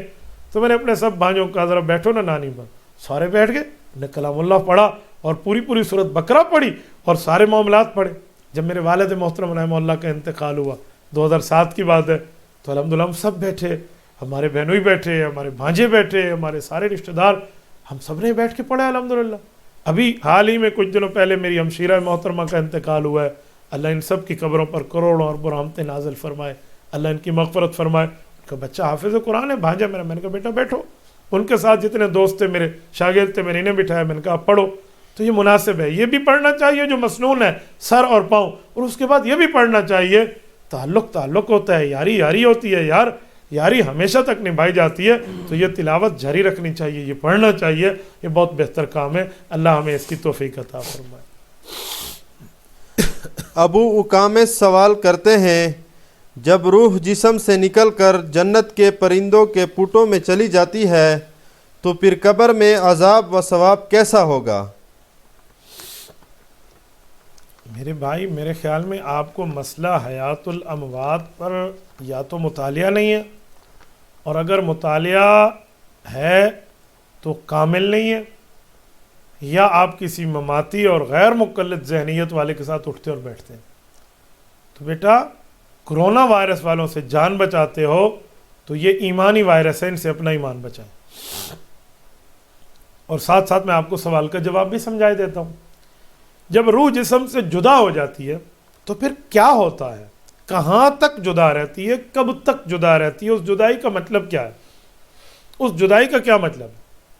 سورت نمبر 39 سورت زمر آیت نمبر 42، رب العزت ارشاد فرماتے ہیں، اللہ یتوفی الانفس حین موتها واللتی لم تمت فی منامها فیمسک التی قضا علیها الموت ویرسل الاخری الی اجل مسمی ان فی ذلک لآیات لقوم یتفکرون۔ اس آیت پر تو کبھی غور کر لیں، رب العزت نے اس میں 2 بندوں کی بات کی ہے، ایک سونے والے کی اور ایک فوت ہونے والے کی، کہ ان دونوں کی روحیں میں قبض کر لیتا ہوں۔ سونے والے کی اٹھتے وقت آ جاتی ہے اور فوت ہونے والے کی ایک مقررہ وقت تک اللہ کے پاس رہتی ہے۔ میں سوال کرنے لگا ہوں، روح تو دونوں کی نکل گئی جیسے قرآن کریم نے کہہ دیا، تو آپ کہتے ہیں جب روح نکل گئی تو جسم کو کوئی احساس نہیں رہتا، تو پھر سونے والا جو ہے جس کی روح نکل جاتی ہے اس کو کوئی احساس نہیں ہے، تو سونے والے کے لیے الارم کیوں بنا؟ الارم لگاؤ، میں اتنے بجے اٹھوں گا، الارم لگا دیا، تو سونے والے نے الارم کیوں لگایا؟ کہ میں اٹھ کر سنوں گا، پھر تو لگانا ہی ضائع ہے، یا سن کر اٹھوں گا تو پھر تو اس کا معنی ہے روح کے بغیر تعلق سے یہ بھی سن رہا ہے۔ تو یہ آپ کو کس نے کہا کہ جب روح نکل گئی اب جان سے کوئی تعلق ہی نہیں رہا اور کسی قسم کا کوئی اس کو احساسیت اور محسوسیت نہیں رہی؟ بیٹا، جب روح نکل جاتی ہے تو اس کا کیا مطلب ہوتا ہے کہ اب کسی قسم کا کوئی تعلق باقی نہیں ہے۔ جب آپ کے والد محترم سو جاتے ہیں قرآنی حکم کے مطابق تو روح نکل جاتی ہے، جاگتے وقت ان کی روح آتی ہے، تو اس وقت آپ کی والدہ محترمہ عدت میں بیٹھتی ہیں؟ کسی باتیں کر رہے ہیں میرے بھائی؟ روح نکل جانے کے بعد معاملات جسم کے ساتھ رہتے ہیں۔ بندہ خواب دیکھتا ہے، اس خواب کے اثرات جسم پہ پاتا ہے تو غسل کرتا ہے نا اٹھ کے نیند میں جو کچھ دیکھا جسم پہ اثرات آئے یا نہ آئے۔ کوئی بندہ ڈراؤنا خواب دیکھتا ہے تو جب اٹھتا ہے ویسے ڈرا ہوتا ہے، جسم پر اثر موجود ہے۔ اچھا خواب دیکھتا ہے تو اس پر فرحت کا ایک مسرت کا اور خوشی کا ایک ماحول اس کے اوپر موجود ہوتا ہے، تو کیفیت اس پہ نظر آ رہی ہوتی ہے۔ اور کوئی چیز کھا رہا اور اٹھ جائے تو اس کی بعضوں کا لذتیں محسوس ہوتی ہیں زبان میں۔ اور اس طرح کوئی لڑائی ہو رہی ہو اور کسی جانور نے سے پکڑو، پنجوں میں دبوچا ہوا ہو اور اچانک اٹھ جائے تو پھر بندہ کیفیت تو رہتی ہے، تو روح تو نکلی ہوئی ہے، جسم کے ساتھ کیفیت کیوں ہے؟ تعلق کی وجہ اس جسم کے ساتھ ہے۔ کتنا عرصہ اس میں رہی ہے، آپ تعلق کی وجہ سے تو رہے گی۔ تو وفات کے بعد جب روح نکل جا رہی ہے تو وفات کے بعد اس جسم کے ساتھ معاملات رہتے ہیں، تعلقات رہتے ہیں۔ آپ کہیں گے کیسے؟ صحیح بخاری جلد نمبر 1 کتاب الجنائز باب قول المیت، امام بخاری رحمۃ اللہ علیہ حدیث پاک لائے ہیں، کلام المیت وہو علی الجنازہ، کہ میت بولتا ہے جنازے پر، میت بولتا ہے جنازے پر؟ کہا جی ہاں۔ کہا وہ کیسے؟ صحیح حدیث صحیح بخاری کی، فرمایا ان اذا كانت صالحة قالت قدمونی وان كانت غیر صالحة قالت یا ویلها این تذهبون بها يسمع صوتها كل شيء الا الانسان ولو سمع الانسان لصائقا۔ کہا اگر میت نیک ہے کہتے ہیں جلدی لے جاؤ جلدی لے جاؤ، اور میت برا ہے کہتے ہیں اوے ظالموں مجھے کہاں لے کر جا رہے ہو؟ ظالموں سے مراد اوے لوگوں میری تباہی اور بربادی ہے، یا ویلها این تذهبون، کہاں لے کر جا رہے ہو؟ مجھے نہ لے جاؤ۔ تو کہا چیخ رہا ہوتا ہے، اس کی انسان اور جنات کے علاوہ سب آواز سنتے ہیں، انسان سن لے تو بے ہوش ہو جائے۔ تو اس کی روح مبارک یا اس کی روح نجس اچھے اور برے کی تو اللہ کے پاس ہے نا۔ اب یہ چیخ کیوں رہا ہے؟ اب یہ بول کیوں رہا ہے؟ ہم نہیں سنتے نا کہ اللہ نے ہمارا سننا منع کر دیا ہے نا کہ ہم کل دفنانا بند کر دیں گے، یہ کیا چیخ پکار ہو گئی ہے؟ تو اب اس کے ساتھ تعلق نہیں ہے تو یہ بول کیسے رہا؟ یہ بندہ مجھے کہنے لگا اگر وہ بولتا تو ہم سنتے۔ میں نے کہا اگر تیری یہ بے وقوفی مان لی جائے تو کل کہے گا ادھر فرشتے بیٹھے ہوتے اور اڑتے اور آتے جاتے تو کبھی ہم دیکھتے، کوئی ان کے پار کا ایک حصہ تو دیکھتے، بے ککڑ اڑے تو کھاں بنا لو ڈس دیتے، فرشتے تو کھاں بنی ڈس دا۔ تو پھر کوئی یوں کہنا شروع کر دے میں کندھوں پر بیٹھے فرشتوں کو نہیں مانتا، یہ ایمان بالغیب ہے تو وہاں بھی ایمان بالغیب رکھنا ہوگا۔ تو یہ کون کہتے؟ اور آگے چلیے، سنن نبی داؤد کی صحیح حدیث موجود ہے، مشکات شریف جلد اول میں موجود ہے، باب اثبات عذاب القبر کے تحت موجود ہے، حضرت براء ابن عازب رضی اللہ عنہ کی روایت موجود ہے۔ جب بندہ قبر میں جاتا ہے 2 فرشتے آتے ہیں، اسے اٹھا کر بٹھا دیتے ہیں، سوالات کرتے ہیں، میں روح تو وہاں ہے، اب تعلق سے اٹھا کر بٹھا دیا نا، اس تعلق کو اعادہ روح کہتے ہیں۔ فیعاد فیہ روحہ، اس میں اس کی روح لوٹائی جاتی ہے۔ یہ حضرت امام اعظم ابو حنیفہ نعمان بن ثابت صحابہ کے شاگرد رحمہ اللہ تعالی کا فتویٰ موجود ہے شرح فقہ اکبر میں ان کی کتاب، اور شرح فقہ اکبر میں ملا علی قاری رحمۃ اللہ نے اس کی تصریح دی ہے۔ تو حدیث بھی ہے، صحابہ بتا بھی رہے ہیں اور صحابہ کے شاگرد امام صاحب سنا بھی رہے ہیں، اس پر کیا مسئلہ ہے بھائی؟ تو یہ جو اٹھا کر سوالات ہو رہے ہیں وہ ٹھیک ہے تو جنت کا باغ بنا، برا ہے تو جہنم کا گڑھا بنا اس کی قبر، یہ کہاں جائے گا؟ آپ نے کہہ دیا روح نکل گیا تو اب کچھ نہ ہوا، یہ کیسی بات ہے بھائی؟ معاملات رہتے ہیں۔ مکمل روح کا دخول اس بندے میں اس وقت ہوگا جب قیامت میں اسے اٹھایا جائے گا، وَإِذَا الْقُبُورُ بُعْثِرَتْ، اٹھایا جائے گا جب کھڑا کیا جائے گا، اس کو مکمل روح اس میں آ جائے گی۔ اب روح کا تعلق رہے گا اور روح کے تعلق سے نیک ہے تو اس کے لیے جنت کی لذت ہے، برا ہے تو جہنم کی عذاب ہے، اللہ پاک محفوظ فرمائے اور مسلمان کو۔ تو ایسی کوئی بات نہیں ہے۔ مجھے لگتا ہے آپ کی اٹھک بیٹھک، آپ کا آنا جانا، آپ کی الیک سلیک، آپ کا تعلق، آپ کے معاملات، آپ کے معاشرات، آپ کی مسرت مدارات، یہ کسی مماتی ذہنیت والے کے ساتھ ہے یا کسی غیر مقلد ذہنیت والے کے ساتھ ہے؟ بیٹا اس سے بچیے، اپنا عقیدہ اپنی جان سے زیادہ بچا کر رکھیے۔ جان چلی گئی دنیا ختم ہو جائے گی نا، ایمان چلا گیا تو دنیا آخرت ختم ہو جائے گی، اللہ محفوظ رکھے۔ تو اس لیے شبہات پیدا کرنے والوں کے ساتھ نہ بیٹھا کریں، شبہات توڑنے والوں کے ساتھ بیٹھا کریں، شہوات بتانے والوں اور سمجھانے اور پیدا کرنے والوں کے ساتھ نہ بیٹھا کریں، شہوات کا علاج کرنے والوں کے ساتھ بیٹھا کریں۔ یہ بات یاد رکھو، میں کئی بار ایسا سناتا ہوں، 2 باتیں کسی اشکال کے طور پہ سمجھ آئے نا، وہ عام بندوں کو کہتے ہیں ہاں بھائی بتاؤ بتاؤ بتاؤ۔ بعض بندوں کو یہ باتیں سمجھ نہیں آتی نا روح کے تعلق، تو وہ چیلنج کرنا شروع کر، تمہارے باپ دادا جواب نہیں دے سکتے، ہاں جی ہم دے رہے ہیں۔ باپ دادا تو بہت بڑی بات ہے، ہم آپ کو بتا رہے ہیں جی سن لیجئے۔ تو یہ کون سی بری بات ہے؟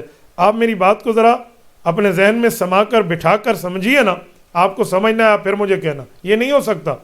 بڑے بول سے رب بچائے، اللہ رب العزت نے ہمیں یہ چیزیں سمجھائی ہیں، اللہ کے فضل سے ہمیں اساتذہ سمجھی، اللہ نے سمجھا دی ہیں، تو جب سمجھا دیا تو ہمیں سمجھانے کا فن رب العزت نے عطا فرمایا، تو میں آپ کو سمجھا رہا ہوں، آپ اس کو خالص دل کے ساتھ بیٹھ کر سنیے اور غور کیجئے اپنے مطالعے کو، اور اس پڑھائی کو ذرا ایک دفعہ وہ جو کہتے ہیں نا کمپٹیشن میں اور مقابلے میں دیکھیے، آپ کو سمجھنا ہے اور آپ کا دل نہ مانے تو پھر کہنا۔ اس لیے آپ ان پہ غور کیجئے اور ایسوں کے ساتھ اپنے اٹھنے کو بچائیے۔ محمد شاہد نذیر سوال کرتے ہیں، دوسری بیوی کے پہلے شوہر سے اولاد کے شناختی کارڈ پر سوتیلے باپ کا نام دے سکتے ہیں؟ حرام ہے کسی بندے کی اولاد کو اپنی اولاد بنا دینا۔ کیا مطلب؟ آپ نے شادی کر لی ہے، آپ کی بیوی بیوہ تھی یا مطلقہ تھی، وہ اپنے ساتھ بچے لے کر آئی ہے، تو ان کے ابا کا نام ان کے شناختی کارڈ میں یا ان کے بے فام میں لکھا جائے گا، آپ کا نام نہیں لکھا جائے گا۔ آپ اپنا لکھوانا چاہتے ہیں تو گارڈین لکھیں، نگران لکھیں، آپ والد نہیں لکھ سکتے۔ قرآن کریم سورت نمبر 33 سورۃ احزاب پارہ نمبر 21 رکوع نمبر 1، ادعوہم لآبائہم هو اقسط عند اللہ۔ کبھی اس کا ترجمہ علماء سے سمجھیے اور تفسیر علماء سے سمجھیے۔ اللہ فرماتے ہیں بچے کو اس کے باپ کے نام کے ساتھ بلاؤ، یہ انصاف ہے۔ تو انصاف کا مقابلہ تو ظلم ہوتا ہے، تو اس کا معنی ہے جو بندہ اس کے ابو کے ساتھ ہٹا کر اپنا ابا وہاں اپنا نام ڈال رہا ہے تو یہ ظالم ہے، اور ظلم سے اللہ بچائے۔ ایسا کام لوگ کرتے ہیں، کہتے ہیں بھائی وہ باپ تو ان کو پوچھتا نہیں۔ بابا پوچھے یا نہ پوچھے، باپ باپ ہوتا ہے، والد والد ہوتا ہے۔ وہ جب نہیں پوچھتا، وہ خرچہ نہیں دیتا، آپ خرچہ کر رہے ہیں تو اس کا معنی آپ اپنے نام کے ساتھ لکھوا دیں، ایسی کوئی بات نہیں۔ میری دوسری شادی میں تو 3 بچے دوسرے ابے کے ساتھ سے آئے تھے، میں نے ان کی فیملی والوں کو کہا ان کے شناختی کارڈ بنواؤ، آپ اپنا نام لکھوائیں۔ انہوں نے آج تک نہیں لکھوایا، تو بے فام بھی بچوں کے نہیں بنے تھے۔ تو میں نے کہا جی آپ کی ذمہ داری ہے، آپ کی اولاد ہے، میں چاہتا اپنے نام کے ساتھ لکھوا سکتا تھا، مجھے 3 بیٹے مل گئے ہیں لیکن میں نہیں لکھوایا۔ کیوں؟ میں ظالم نہیں بننا چاہ رہا، اللہ ہمیں ظلم سے محفوظ رکھے۔ تو اس کے والد کا نام آپ کو لکھوانا ہوگا، اسکول میں بھی، اس کی سرٹیفکیٹ میں بھی، برتھ فارم میں بھی، اس کے بے فارم میں بھی، اور اس کے جو ہے نا کیا کہتے ہیں شناختی کارڈ میں بھی۔ اپنا آپ لکھوانا چاہتے ہیں تو گارڈین لکھوائیں، وہاں آپشن موجود ہوتا ہے کہ آپ نگران ہیں، آپ ان کے والد نہیں ہیں۔ جو حقیقت ہے، جو سچائی ہے، اسی سے بات کریں۔ اللہ پاک ہمیں جھوٹ سے محفوظ رکھے۔ افشان عاقل پوچھتے ہیں، آپریشن کے بعد خون باہر نکالنے کے لیے نالی لگتی ہے، نماز کا کیا حکم ہوگا؟ بھائی افشان، بہت اچھی بات آپ نے پوچھی ہے۔ آپ کی اس بات کے ساتھ میں 1-2 چیزیں مزید ایڈ کر کے آپ کو سمجھائے دیتا ہوں۔ ایک بندے کا آپریشن ہوا ہے کسی جگہ میں، ایک نالی چھوٹی سی، ایک ڈرین جسے کہتے ہیں میڈیکل کی زبان میں، وہ لگا دیتے ہیں ڈاکٹرز، تو وہاں سے تھوڑا تھوڑا خون رس رہا ہوتا ہے، یعنی 1 منٹ میں 2-3 قطرے، 1 قطرہ 3 قطرے اس طرح آتا رہتا ہے، پھر اس کو ڈاکٹر نکال لیتے ہیں، وہ ایک وقت تک چلتا ہے۔ یا ایک بندے کا آپریشن ہوا ہے، اس کو کیتھیٹر پاس کرتے ہیں، اس کے ساتھ اس کو یورین بیگ ہوتا ہے، وہ پیشاب کا ایک قطرہ بغیر اس کے کرنے کے وہ آتا رہتا ہے، 1-1 2-2 4-4 5-5 قطرے۔ تو یہ دونوں معذور ہیں۔ ان معذوروں کی نماز کا اور ان کے وضو کا کیا مسئلہ ہے، ذرا یہ سمجھیے۔ ان کی وضو اور نماز کا مسئلہ معذور والا حکم ہے۔ کیا معنی؟ یہ وقت کا وضو کریں گے، جیسے وقت داخل ہوگا نا کسی نماز کے، اس کا وضو کر لیں گے، اور اس وقت میں نماز پڑھتے رہیں گے، تلاوت کرتے رہیں گے، باقی عبادات کرتے رہیں گے۔ جب وقت نکلے گا ان کا وضو خود بخود ٹوٹ گیا، اگلے وقت کے لیے نیا وضو۔ یہ معذورین کے حکم میں ہے، تو ان کا جواب یہ ہے۔ ایسے بندوں کو چاہیے، بعضوں کو چلنے پھرنے والے بھی اپنے ساتھ یورین بیگ لگوا دیتے ہیں، بندہ اس سے چل پھر بھی سکتا ہے، تو یہ مسجد نہ آئے کہ پیشاب اٹھا کر بندہ مسجد میں آیا ہو، پلیتی اٹھا کر مسجد میں آیا ہو، مسجد میں نہ آئے، اکیلے نماز پڑھیں، بہتر یہی ہے۔ اور وہ خون والا بھائی بھی، وہ بھی اکیلے نماز پڑھے اور اپنی اس نماز کو چلائے۔ اور اس کے ساتھ ایک بات یہ بھی ذہن میں رکھنا، وقت کا وضو تو ان نے کر لیا، لیکن اس دوران ان سے کچھ ایسا معاملہ سر انجام ہوا جس سے وضو ٹوٹ جاتا ہے، مثلا ہوا خارج ہو گئی ہے تو پھر وضو ٹوٹ جائے گا، یعنی یہ اس وقت کے لیے وضو میں سمجھے جائیں گے اس وقت تک جب تک اس معذوری کے علاوہ کوئی اور وضو ٹوٹنے والا کام نہ ہو ان سے۔ میں مثال دے رہا ہوں، یہ خون تو بہہ رہا تھا، جسم سے کوئی اور خون بہہ گیا، یہ خون تو بہہ رہا تھا، اس کا وضو تو باقی تھا، وقت کا معذور ہونے کی وجہ سے کوئی اور بہہ گیا، یا درد کی وجہ سے اس کے کان سے کوئی پانی نکلا، درد کی وجہ سے کان سے پانی نکلا، وضو گیا۔ ایسے کچھ کام ہوئے ہیں، یا ہوا خارج ہو گئی ہے، ریح کے خروج سے بھی وضو ٹوٹ گیا، اس کو دوبارہ کرنا پڑے گا۔ تو یہ بات ذہن میں رکھیں۔ یہ جو معذور ہے نا، جس کا قطرہ قطرہ نکل رہا ہے، یہ خون بہہ رہا ہے، یہ کب معذور سمجھا جاتا ہے؟ جب 4 رکعت پڑھنے جتنا بھی ٹائم نہ ملے اور بندے کی وہ پلیتی نکلتی رہے، وہ خون کے ذریعے، پیشاب کے ذریعے۔ وہ اس سے وضو ٹوٹ جائے گا اور یہ بندہ معذور کے حکم میں ہوگا، اب یہ وقت کا وضو کرے گا۔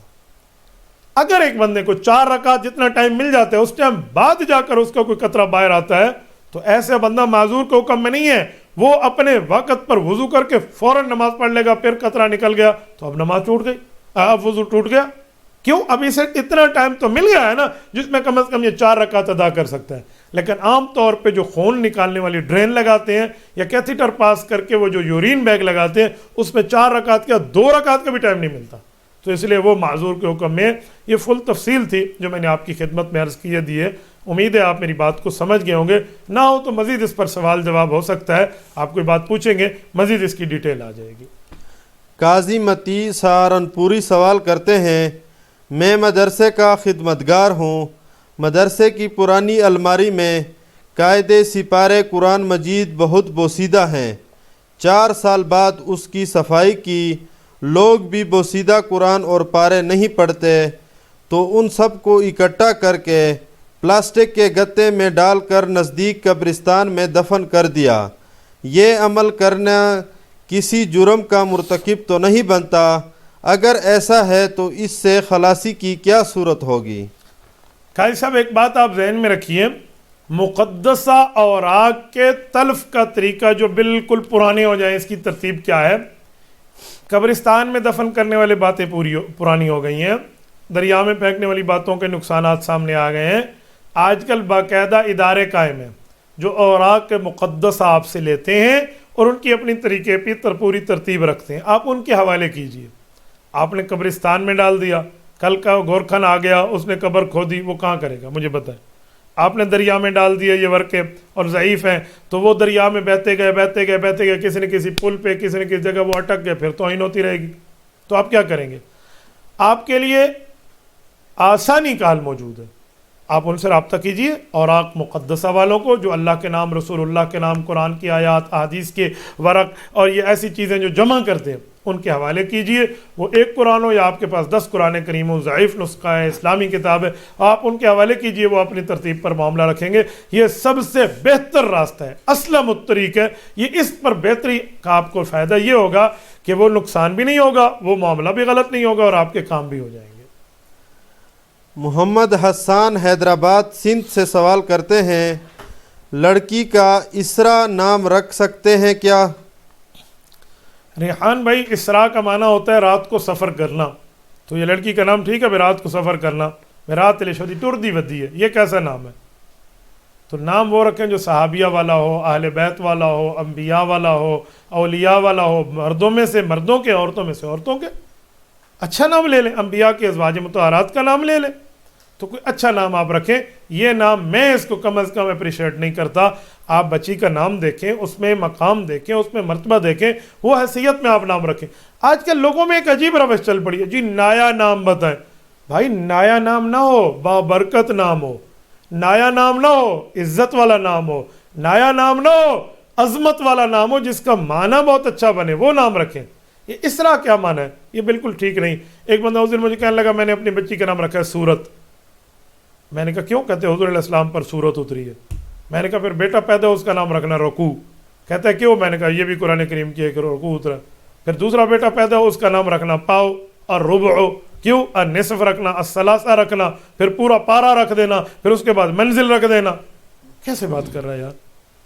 یہ نام اللہ کے رسول نے سورت کا رکھا ہے، تو اپنی بیٹی کا رکھ رہا ہے، تو ذرا سمجھ۔ اس دن ایک بندے نے اپنا نام رکھا، اپنی بچی کا نام قصوہ۔ میں نے کہا قصوہ کا معنی؟ کہتے ہیں آپ علیہ السلام کی اونٹنی تھی۔ میں نے کہا قصوہ تو نہیں تھی، اس کا نام تو قصوہ تھا، بس ہم نے ایسے رکھ دیا۔ میں نے کہا رسول اللہ صلی اللہ علیہ وسلم نے یہ نام اپنی اونٹنی کا رکھا، تو نے بیٹی کا رکھ لیا۔ اور خدا کے بندے جو اللہ کے رسول نے اپنی بیٹیوں کے نام رکھے ہیں وہ کیوں نہیں رکھتے؟ سیدہ زینب، سیدہ رقیہ، سیدہ ام کلثوم، سیدہ زینب رضی اللہ تعالی عنہن وسلام اللہ علیہن، یہ جو نام موجود ہیں، حضور علیہ السلام جو بیٹیوں کا نام تجویز فرما رہے ہیں وہ آپ اپنی بیٹیوں کیوں نہیں رکھتے؟ آپ علیہ السلام کی جو بیویوں کا نام ہے وہ اپنی بیویوں کے لیے آپ اچھے نام کے طور پہ پکارتے کیوں نہیں ہیں؟ تو آپ اچھے ناموں کو دیکھیں، اچھے معاملات کو دیکھیں، یہ نہ ہو کسی ایسے ویسے نام اٹھا کر آپ کے جی اچھی جگہ کا نام تو آپ نے لگا دیا۔ عبد الحفیظ لغاری پوچھتے ہیں، گاڑیوں کے شیشوں پر اکثر مقدس نام اور کلمات وغیرہ لکھے ہوتے ہیں، جب گاڑی کو صاف کرتے ہیں تو جو کپڑا استعمال ہوتا ہے وہ خراب ہوتا ہے، تو وہ کپڑا ان مقدس کلمات پر لگتا ہے جو کہ آداب کے خلاف ہے۔ اب ایسے کلمات کو ختم کیا جا سکتا ہے یا نہیں، رہنمائی فرما دیں۔ بہت اچھی بات کی آپ نے۔ میں یہ باتیں گاڑیوں والوں کو اور گھر والوں کو سمجھاتا رہتا ہوں۔ جو گھر والے گھر بناتے ہیں نا اپنا، ماشاء اللہ جی، انشاءاللہ جی، تبارک اللہ اوپر لکھ دیتے ہیں، اور وہ کل ٹوٹ کے نیچے آ رہا ہوتا ہے، اس کے اوپر بارش کا پانی بہہ کر نیچے نالی میں جا رہا ہوتا ہے۔ میں کہتا ہوں آداب کا خیال کرو، یہ ترتیبیں ٹھیک نہیں ہیں، یہ بات غلط ہے۔ ایسے ہی گاڑیوں پہ لوگ نام لکھوا دیتے ہیں، اور وہ اس کے اوپر پانی چل رہا ہے اور پتہ نہیں کیا سے کیا، اور گندا کپڑا جس سے ڈرائیور کیا کیا چیز صاف کرتے، وہ اللہ کے لفظ کو بھی اس سے صاف کر رہے ہیں۔ یہ آداب کے خلاف ہے۔ یہ لفظ لکھنے سے آپ کے پاس برکت کیا آئے گی؟ جب برکت آئے گی آپ کے اعمال کو دیکھ کر آئے گی۔ آپ بیٹھے وہاں کچھ پڑھ کے بیٹھے ہیں اس گاڑی میں، آپ جو ہے نا کیا کہتے ہیں، ہم گھر میں رہیں تو تلاوت کریں، یہ آداب رکھیں۔ بعض لوگوں کے عجیب ترتیب ہے، گاڑی پر الٹا ایک جوتا لٹکایا ہوتا ہے، پولا لڑکا دیو بھائی، ایک کھلا کھلوتے آئے تھے، آپ نے جوتی کیوں لٹکائی ہے؟ کہتے جو نظر لگائے گا اس کے منہ پہ جوتی لگے گی۔ میں نے کہا جی واہ واہ بھائی واہ، اس کا معنی ہے کسی کے پاؤں کو آج تک نظر نہیں لگتی، کیوں؟ اس میں جوتی پہنی ہوتی ہے۔ اور لوگ تو لنگڑے ہو جاتے ہیں، ان کے پاؤں ٹوٹ جاتے ہیں، نظر لگتی ہے۔ تو میں نے کہا جس کا پاؤں ٹوٹ جاتا ہے تو تیری جوتی بچے گی؟ یار کیا دماغ تو نے بنایا ہوا ہے، یہ شرک خفی ہے، اس سے بچنا چاہیے، اللہ محفوظ فرمائے۔ اپنے عقیدہ توحید کو مضبوط کرو۔ توحید تو یہ ہے کہ خدا حشر میں کہہ دے یہ بندہ دو عالم سے خفا میرے لیے ہے۔ توحید کو دیکھو بھائی، آپ تو اللہ وحدہ لا شریک پر ایمان رکھنے والے ہیں، آپ نے کیا یہ اوٹ پٹانگ کے معاملات شروع کر دیے؟ ہاں اگر اس طرح کی باتیں لکھنی ہیں تو اندر کس جگہ لکھیں، مثلا دعائے سفر لکھیں، آپ لٹکا دیں تاکہ آپ جب گاڑی میں بیٹھیں آپ کو پڑھنا یاد آ جائے، آپ پڑھ لیں۔ بالکل دعائے سفر ہونی چاہیے، دعائے سواری ہونی چاہیے۔ دعائے سفر اور دعائے سواری میں فرق ہے۔ میں چاہوں گا یہ انشاءاللہ یہاں آپ کو لگا کر دے دیں، پوری دعائے سواری اور دعائے سفر پوری کی پوری لکھ کر دے دیں۔ یہ سبحان الذی سخر لنا ولی یہ دعائے سواری ہے، اللہم حوّن علینا سفرنا واطوی عنا بعدنا پوری تفصیل ہے۔ یہ دعائے سفر ہے۔ سفر کی دعا ایک بار پڑھنی ہوتی ہے، سواری کی دعا جب بیٹھو آپ پڑھو گے، اترے ہو راستے میں، ہوٹل میں کوئی چھوٹا سا آپ نے قیام و طعام کا وقفہ کیا، اس کے بعد پھر بیٹھے ہو، پھر آپ نے سواری کی دعا پڑھنی ہے۔ لوگ دعائے سواری کو دعائے سفر سمجھتے ہیں اور دعائے سفر کو جانتے نہیں ہیں۔ یہ انشاءاللہ قاری صاحب اس میں مستقل لگوا دیں گے، پڑھ کے بلکہ یہاں سنا دیں، دعائے سفر بھی ہو تاکہ لوگوں تک یہ پوری بات پہنچے۔ سبحان الذي سخر لنا هذا وما كنا له مقرنين وإنا إلى ربنا لمنقلبون۔ اور دعائے سواری بھی ہو، یہ فرق ہے۔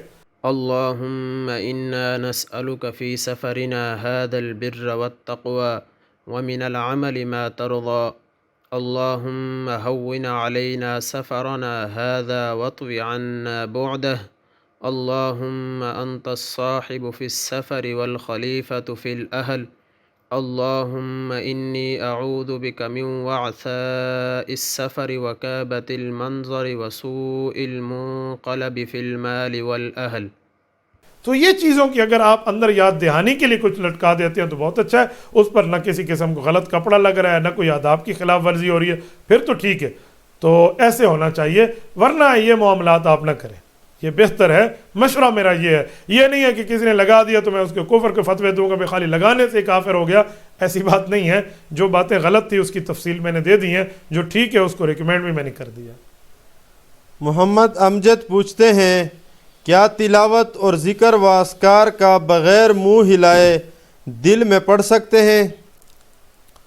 امجد، تلاوت ہو یا ذکر ہو یا اذکار ہو، اس کے لیے زبان ہلانا شرط ہے، تب تلاوت ہے۔ وہ ماحول دیکھیں، اگر کوئی نہیں ہے تو اونچا پڑھیں، اگر کوئی سویا ہوا ہے، کسی کی نیند، کسی کی نماز خراب ہوتی ہے تو آہستہ پڑھیں۔ آپ نے زبان نہیں ہلائی، بغیر زبان ہلائے صرف آیات سوچتے رہے، بغیر زبان ہلائے آپ اذکار کرتے رہے، ذکر کرتے رہے، تلاوت کرتے رہے، تو وہ آپ کو تلاوت کرنے، ذکر کرنے، اذکار کرنے کا ثواب نہیں ملے گا، بلکہ تلاوت سوچنے کا ثواب ملے گا۔ ذکر کے سوچنے کا ثواب ہے، اللہ کے لفظ سوچ رہا ہے، تلاوت کا لفظ سوچا، میں سوچنے والا بھی دماغ میں لا کے بیٹھا ہوں، پہلا پارہ، دوسرا پارہ، تیسرا پارہ، سورۃ یاسین، سورۃ الرحمن، سورۃ واقعہ، سورۃ اقرا، سورۃ مالا، بس یہ خالی سوچنے کا نام ہوگا، وہ بھی زبان کی حد تک بھی نہیں، دماغ میں۔ تو قرآن سوچنے کی بات پہ نہیں ہے، قرآن پڑھنے کے لیے آیا ہے، قرات کرنے کے لیے آیا ہے، تو اس کے لیے زبان آپ کو ہلانی پڑے گی۔ بعض اوقات لوگ نماز میں بھی یہی حال کرتے ہیں، جنازوں میں بھی یہی حال کرتے ہیں، امام اللہ اکبر کہہ رہا ہوتا ہے یہ پیچھے ٹھہرے. تو میں کہتا ہوں جس نے اللہ اکبر جنازے میں نہیں کہا اس کی نماز جنازہ ہوئی نہیں ہے. ہر بندے کو پیچھے اللہ اکبر کہنا پڑے گا، اور نماز میں تکبیرات ہر بندے خود کہنا. وہ تو تلاوت ہے جو امام کرتے ہیں وہ آپ نہیں کرتے، وہ تو امام کے ذمے آپ کے ذمے ہو گیا. حدیث پاک میں من کان لہ امام فقرات الامام لہ قراءۃ او کما قال علیہ السلام، صحیح حدیث ہے. فرمایا اگر امام پڑھے گا مقتدی کے لیے ہو جائے گا، وہ صرف قرآن پڑھنے کی حد تک ہے. تکبیرات تو آپ نے کہنی ہے، آپ نے نہیں کہا آپ زبان میں یہ اپنی نماز پڑھ رہے ہو. کوئی نہیں پتا اپنی نماز میں الحمدللہ سوچ رہا ہے، قل هو اللہ سوچ رہا ہے، تو سوچنے پہ اس بندے کی نماز نہیں ہوتی. آپ ایسے پڑھیں کم از کم آپ کو تو پتہ چلے میں کیا پڑھ رہا ہوں. تو اس لیے اگر آپ نے زبان نہ ہلائی اور خالی سوچتے رہے تو نہ نماز ہوئی، نہ تلاوت ہوئی، نہ ذکر اذکار ہوئے. اور آپ کو کم از کم زبان ہلانی چاہیے، وہ ماحول کو دیکھ کے آہستہ یا ماحول کو دیکھ کے اونچا، پھر جا کر آپ کی تلاوت اور آپ کے ذکر اذکار معتبر بنیں گے. محمد زہیب سوال کرتے ہیں قصر نماز کس وقت لاگو ہوتی ہے؟ کتنے دن مسافری میں رہ کر قصر نماز پڑھ سکتے ہیں؟ صہیب بیٹا، قصر نماز کے لیے یہ اصول ذہن میں رکھیں. 48 میل شرعی جو آج کل کے کم از کم 78 کلومیٹر کے لگ بھگ بنتے ہیں، 78 کلومیٹر کا سفر ہو اور آپ کے 15 دن کے اندر اندر کا ہو، 15 دن سے زیادہ نہ ہو. آپ اس سفر میں اپنے فرضوں کو جب پڑھیں گے تو 2 پڑھیں گے. مقامی امام ہے تو آپ پورا پڑھیں گے نا. آپ کو پڑھانی پڑ رہی ہے یا آپ مسافر ہیں آپ خود پڑھ رہے ہیں، تو جو 4 رکعت والے فرض ہیں وہ آپ نے 2 پڑھنے ہیں. لیکن جو 2 رکعت والے فرض ہیں وہ 2 ہی پڑھنے ہیں، وہ 1 نہیں کرنی. جو 3 رکعت والے فرض ہیں جیسے مغرب وہ 3 ہی پڑھنی ہے، آپ نے 1.5 نہیں پڑھنی یا 2 نہیں پڑھنی، یہ خیال کرنا. 4 رکعت والے جو ہے وہ آپ 2 پڑھیں گے. یہ آپ کا سفر ہے 15 دن کے اندر اندر کا، اور کم از کم 78 کلومیٹر سے زائد کا سفر ہو، اس سے کم کا نہ ہو، پھر سفر معتبر نہیں بنتا. اور اس سفر میں بعض لوگ سنتوں کا ہم سے پوچھتے ہیں جی مولوی صاحب سنتوں کا حکم دے. جب گاڑی چل رہی ہے آپ کے اوپر سنتیں معاف ہیں، اس دوران آپ فرائض پڑھیں گے. ہاں فجر کے وقت آپ سنت پڑھ لیں، اس کی بہت بڑی تاکید آئی ہے. لیکن جب آپ مقام پہ پہنچ گئے، مقام پہ ہیں اور آپ جگہ پہ ٹھہرے ہوئے ہیں، تو آپ کے اوپر لازم نہیں رہتا سنت پڑھنا، وجوب سنت کا نہیں رہتا پڑھنے کا، جو آپ نے ہر وقت پڑھنی ہے. آپ کے لیے اختیار ہے، آپ پڑھنا چاہیں تو بہت ہی اچھی بات ہے، نہ پڑھنا چاہیں تو لزوم واجب نہیں رہتا. اس لیے سنت کی ترتیب بھی دیکھ لیں اور فرائض کی ترتیب بھی دیکھ لیں، اس طرح آپ لے کر چلیں. بعض لوگ یہاں سمجھتے ہیں کہ سفر کی نماز تکلیف دہ سفر کے ہونے کی وجہ سے 2 رکعت کی گئی ہے، لہٰذا جہاز کا سفر ہو، عافیت کا سفر ہو، اپنی گاڑی کا سفر ہو جہاں کوئی تکلیف نہ ہو تو پھر 4 رکعتیں پڑھیں. یہ بات غلط ہے، انہیں 2 پڑھنی پڑے گی. بھائی اصل میں نماز 2 رکعت تھی، 4 نہیں تھی. سفر میں بھی 2 رکعت تھی، گھروں میں بھی 2 رکعت تھی. اللہ رب العزت نے بعد میں گھروں میں حضر کے اندر 2 رکعت اور بڑھا کے 4 رکعتیں کر دی. سفر والی وہی برقرار رہی. تو اصل 2 رکعت ہے. آپ یہ نہیں کہیں گے بھائی تکلیف، بابا تکلیف ہے یا تکلیف نہیں ہے، سو کے جا رہے ہیں، اٹھ کے جا رہے ہیں، بیٹھ کے جا رہے ہیں، جہاز میں جا رہے ہیں، ریل میں جا رہے ہیں، بس میں جا رہے ہیں، گاڑی میں جا رہے ہیں، کار میں جا رہے ہیں، نو ڈاؤٹ اس پر کسی قسم کا کوئی آپ کو شبہ وبہ نہیں ہے. آپ نے سفر ہے اسی ترتیب کو جو میں نے آپ کو تفصیل دی ہے، تو آپ کی 4 رکعت والی 2 ہو جائے گی، تکلیف ہو یا اس میں نہ ہو. یہ اللہ رسول کا حکم ہے، یہ امر تعبدی ہے، اس کو ماننا پڑے گا. اعظم شاہ بٹگرام سے سوال کرتے ہیں راستے سے اگر پیسے ملیں تو کیا کریں؟ کیا وہ پیسے حلال ہیں یا نہیں؟ شاہ صاحب جو راستے پر چیز ملتی ہے نا وہ لقطہ کے حکم میں ہوتی ہے. لقطہ شریعت میں لقطہ کہتے ہیں گری پڑی چیز کو مل جانا. یہ جو آپ نے کبھی رائمنڈ کے تبلیغی اجتماع میں دیکھا ہو نا، لقطہ لکھا ہوتا ہے، لقطے پر جمع کراؤ. بعض ناواقف کہتے ہیں نقطے پر جمع، نقطہ نہیں ہوتا، وہ لقطہ ہوتا ہے. لقطہ کا مطلب گری پڑی ہوئی چیز، گم شدہ چیز، یہ بندہ لے لے. یہ اٹھانے والے کے اوپر بہت بڑی ذمہ داری ہے، یہ یاد رکھنا. حدیث پاک کے مطابق کسی مسلمان کا مال گرا ہوا تھا اور اس نے اٹھا کر کھا لیا، کسی بندے کا، مسلمان غیر مسلم، یہ اپنی جگہ، میں نے سمجھانے کے لیے مسلمان کہہ دیا، کسی انسان کا مال اس نے بطور ملکیت کے اٹھا کر جیب میں ڈالا تو حدیث پاک میں اس نے آگ جہنم کا انگارہ اپنی جیب میں ڈالا. پیٹ میں رکھا تو جہنم کا انگارہ پیٹ میں رکھا، اللہ محفوظ فرمائے. تو مالک بننے کی نیت سے آپ لقطہ کو نہیں اٹھائیں گے، آپ اس نیت سے اٹھائیں گے کہ میں اصل مالک تک پہنچا دوں، اس کا اعلان کرائیں، ترتیبیں رکھیں، ڈھونڈیں، تلاش کریں. ہاں آپ کو نہ ملے، 100% آپ فقیر ہیں، غریب ہیں، آپ خود استعمال کر لیں، نہیں تو کسی غریب فقیر تک پہنچا دیں. نیت اصلی مالک کے ثواب کی کریں. ہاں اگر اصلی مالک مل گیا تو یا تو وہ بندہ معاف کر دے گا تو بھی ٹھیک ہے، یا وہ صدقے پہ راضی ہو جائے گا، جی ٹھیک ہے آپ نے صدقہ کیا تو ٹھیک ہے. اور اگر اس نے کہا نا مجھے پیسے واپس کرو تو بیٹے کو یہ نقطہ ثابت کر کے واپس دینا ہوگا. یہ بات ذہن میں رکھنا، یہ جب کوئی چیز قیمتی ہو. مثلاً ایک بندے کو راہ جاتے ہوئے ایک بسکٹ مل گیا، نیچے ایک چھوٹا سا ایک دانہ بسکٹ کا گرا ہوا تھا، اس نے اٹھا کے کھا لیا تو گنجائش موجود ہے، وہ نہیں کہہ رہا.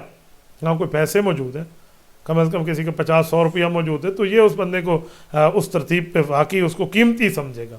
کوئی چھوٹی کوئی راستے میں گرا ہوا کسی کا چنے کا دانہ مل گیا اور یہ اس کو ڈھونڈتا پھر جی لکتا ہے، کوئی لکتا شکتا نہیں ہے.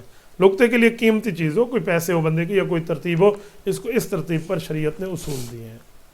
محمد عمیر خان سوال کرتے ہیں نماز میں پہلی اتحیات بھول جائے تو کیا نماز ہو جائے گی؟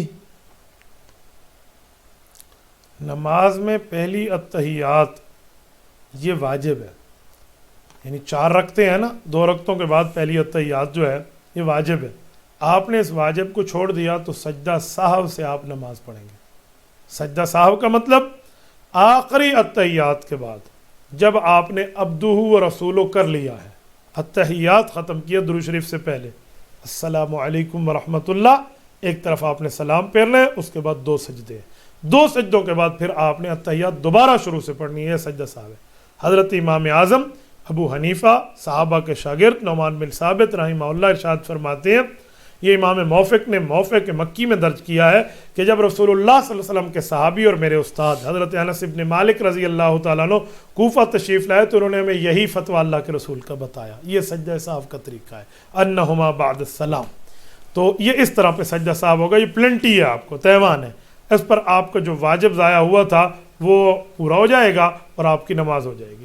اور بالفرض آپ کے اوپر ایسی غفلت طاری ہوئی کہ آپ کو سجدہ سہو بھی بھول گیا تو آپ کو نماز کا اعادہ کرنا، نماز دوبارہ پڑھنا آپ کے اوپر واجب اور لازم رہے گا. یہ آپ نے دوبارہ پڑھنی ہوگی، کیوں؟ وہ آپ کی نماز ادا ہی نہیں ہوئی. یہ واجب ہے. نماز میں 13 واجب ہیں اور 6 سنتیں، 6 جو فرض اندر کے ہیں، 7 باہر کے، پوری ترتیب موجود ہے. ان فرائض اور واجبات کو کم از کم نماز حنفی کتاب ملتی ہے، وہیں اردو زبان سے دیکھ لیں، نہیں تو مفتی کفایت اللہ دہلوی رحمۃ اللہ علیہ کی تعلیم الاسلام ملتی ہے، وہ اپنے پاس رکھیں، بچوں کو پڑھیں پڑھائیں، گھر سمجھائیں تاکہ یہ دین کے بنیادی مسائل سے بندہ واقف رہے. حافظ شاہ پوچھتے ہیں سرکاری ملازمین کو ملنے والی پینشن شرعی لحاظ سے سود ہے یا نہیں؟ شاہ جی پینشن کبھی سود نہیں ہوتی، پینشن تو ان کا اپنا حق ہے، پینشن ان کو مل رہی ہے تو ملے گی، وہ کیوں سود ہے؟ ہاں اس پہ ایک چھوٹی سی تفصیل ہو شاید، وہ میں عرض کیا دیتا ہوں. منتھلی اس بندے کا 5000 روپیہ تنخواہ میں سے کٹتا جا رہا ہے، رکھا جا رہا ہے، وہ پینشن بن گئی 5 لاکھ 15 لاکھ 20 لاکھ، مثال ہے جتنا بن گیا. اس پر اگر انٹرسٹ لگتا تھا تو یہ ڈیٹیل لے گا ہر مہینے کی، میرے کتنے پیسے اس مہینے کٹے تھے 5000، انٹرسٹ کتنا لگا جی 10 روپے، اچھا یہ کتنے مہینے جی 12 مہینے، اچھا 10 روپے لگتا گیا تو کتنا ہو گیا 120 روپے، 1 سال کا 120 روپے سود ایک طرف، پھر دوسرا سال، پھر تیسرا سال، یہ اپنے پورے 20 لاکھ میں سے جتنی سودی رقم ہے وہ علیحدہ کر لیں. یہ سود ہے جو ان پر انٹرسٹ لگا ہے. آپ کا جو راس المال اور اوریجنل اماؤنٹ ہے وہ سود نہیں ہے، وہ آپ کا حق ہے. یہ جو آپ نے لے لیا آپ کیا کریں گے؟ آپ بغیر نیت ثواب کے کسی فقیر کو جا کر دیں گے. حرام مال پہ ثواب کی نیت بندہ کرے تو ایمان سے فارغ ہو جاتا ہے، اللہ محفوظ فرمائے. تو ثواب کی نیت آپ نے اس پہ نہیں کرنی، بغیر ثواب کی نیت کے گھر کا گند سمجھ کے آپ نے نکالنا ہے، اور جس نے لیا اس کے تھینک فل ہونا ہے کہ شکر اس نے لے لیا ہے، تو بغیر ثواب کی نیت کے جا کر آپ نے وہاں لگانا ہے. ایک بندہ مجھے کہنے لگا سود کے پیسوں سے مسجد کی لیٹرینیں تو بنوا سکتے ہیں. میں نے کہا مفتی من المفت نے آپ کو فتویٰ دیا ہوگا، مفتی من الافتاء نے آپ کو فتویٰ نہیں دیا ہوگا. سود سے مسجد کی لیٹرینیں بنوا سکتے ہو، اللہ کے گھر کے قریب جو چیزیں آپ بنوا رہے ہو وہ بھی حرام پیسے سے، تھوڑا گزارا کر پائے. ایسی باتیں نہ کیا کر، یہ کسی غریب کو جا کر دے دو اور بغیر ثواب کی نیت کے. اس پر ثواب کی نیت نہ کرنا ورنہ بندہ ایمان سے فارغ اور اپنی بیوی سے فارغ ہو جائے گا. تجدید ایمان بھی کرنی پڑے گی اور تجدید نکاح بھی کرنا پڑے گا. ٹھیک ہے، یہ بات ذہن میں رکھنا. تو اسی لیے ان چیزوں سے بچیں. تو پینشن کو بندہ سود نہیں کہتا، پینشن بالکل حلال ہے اس کے لیے اور اس کا حق ہے، یہ اس کو ملنی چاہیے. احتشام الحق سوال کرتے ہیں امام اعظم ابو حنیفہ رحمۃ اللہ علیہ سے ان کے شاگردوں کا اختلاف کیوں ہے؟ امام صاحب رحمۃ اللہ تعالیٰ علیہ کے جو شاگرد ہیں وہ حضرت امام صاحب رحمۃ اللہ علیہ سے پڑھے ہیں اور دلائل کے حافظ ہیں، آثار احادیث کے. کسی مسئلے میں گنجائش نکلتی ہے نا تو اس مسئلے میں گنجائش نکال دیتے ہیں. امام صاحب کی یہ ترجیح ہے، ان کی یہ ترجیح ہے. یہ اختلاف ہے. اس اختلاف کا یہ معنی نہیں ہے کلاشن کو اٹھا کر ڈز کر دینا دوسرے کو. اس اختلاف کا یہ معنی نہیں ہے ایک دوسرے پر کفر کے فتوے طعن و تشنیع. بہتر اور بہترین کا اختلاف ہے، بس اتنی سی بات ہے. تو جسے کہتے ہیں اولا غیر اولا کا اختلاف ہے، تو یہ اس اختلاف کو نہ اتنا اچھالنا چاہیے نہ غلط کہنا چاہیے. حضرت یعقوب علیہ السلام وقت کے نبی ہیں، حضرت سلیمان علیہ السلام وقت کے نبی ہیں. فیصلہ قرآن کریم میں موجود ہے، حضرت یعقوب کا اور ہے اور حضرت سلیمان کا اور ہے. رب فرماتے ہیں فَفَهَمْنَاهَا سلیمان، حضرت سلیمان کے فیصلے کو رب العزت نے زیادہ تائید دی ہے. تو ہم کیا کہیں گے کہ حضرت سلیمان علیہ السلام بیٹے اپنے باپ سے اختلاف کرتے تھے؟ بھائی ایک بات میں گنجائش مل رہی ہے تو اس کے اوپر ایک بات کہ اللہ تائید فرما رہے، تو یہ مجتہد کا اصول بن گیا. یہاں سے اصول نظر آ گیا قرآنی کہ اگر دلیل کی بنیاد پر، پروف کی بنیاد پر، ایویڈنس کی بنیاد پر، ثبوت کی بنیاد پر کوئی اپنی رائے اس جگہ کو جہاں شریعت گنجائش دیتی ہے وہاں کر لی جائے تو کون سا جرم ہے؟ اس کو آپ یہ نہیں کہیں گے کہ غلط ہے. اب رہا شاگردوں کا قول، جسے کہتے ہیں صاحبین کا قول ہے، طرفین کا قول ہے، شیخین کا قول ہے. یہ جو فقہ موجود ہے فقہ حنفی میں آپ کو ایک بات سمجھاتا ہوں. فتاوی شامی کے مقدمے میں موجود ہے، شامیہ کے مقدمے میں امام یعقوب ابن ابراہیم، امام قاضی ابو یوسف رحمہ اللہ، یہ سید التلامذہ امام اعظم ابو حنیفہ رحمہ اللہ، یہ ارشاد فرماتے ہیں ما قلت قولا فیہ خالفت ابا حنیفہ الا قد کان قالہ. ہم نے کسی قول میں امام صاحب کی مخالفت نہیں کی. بات امام صاحب جو صحابہ سے پڑھ کے ہمیں بتاتے تھے اس کی 4 5 6 راستے بتا دیتے، یہ بھی ہو سکتا ہے، یہ بھی ہو سکتا ہے، یہ بھی ہو سکتا ہے. شریعت ان سب جگہ گنجائش دیتی ہے. جب 5 جگہ بتا دی، 5 ترتیبوں پہ عمل بتا دیا تو ایک ترتیب پہ امام صاحب چلتے، باقی ترتیبیں بھی حق ہوتی، باقی ماہرین اختیار کر لیتے. ان کو شاگردوں کا قول کہتے، اس کو استاد کا قول کہتے. قول تو ہوتا ہی ایک تھا، ایک ہی بندے کا. لیکن دیکھو میں آپ کو کہتا ہوں، آپ نے ڈیرہ اسماعیل خان سے ملتان جانا ہے، آپ کے لیے 2 راستے ہیں. نمبر 1، آپ ڈسٹرکٹ بکر پنجاب سے چلیے، نہیں تو آپ ڈسٹرکٹ ڈی جی خان توسا کے واسطے سے کمبر پل سے ہوتے ہوئے آپ ملتان کوٹ ادو کے راستے میں لئیے کے راستے سے جائیے.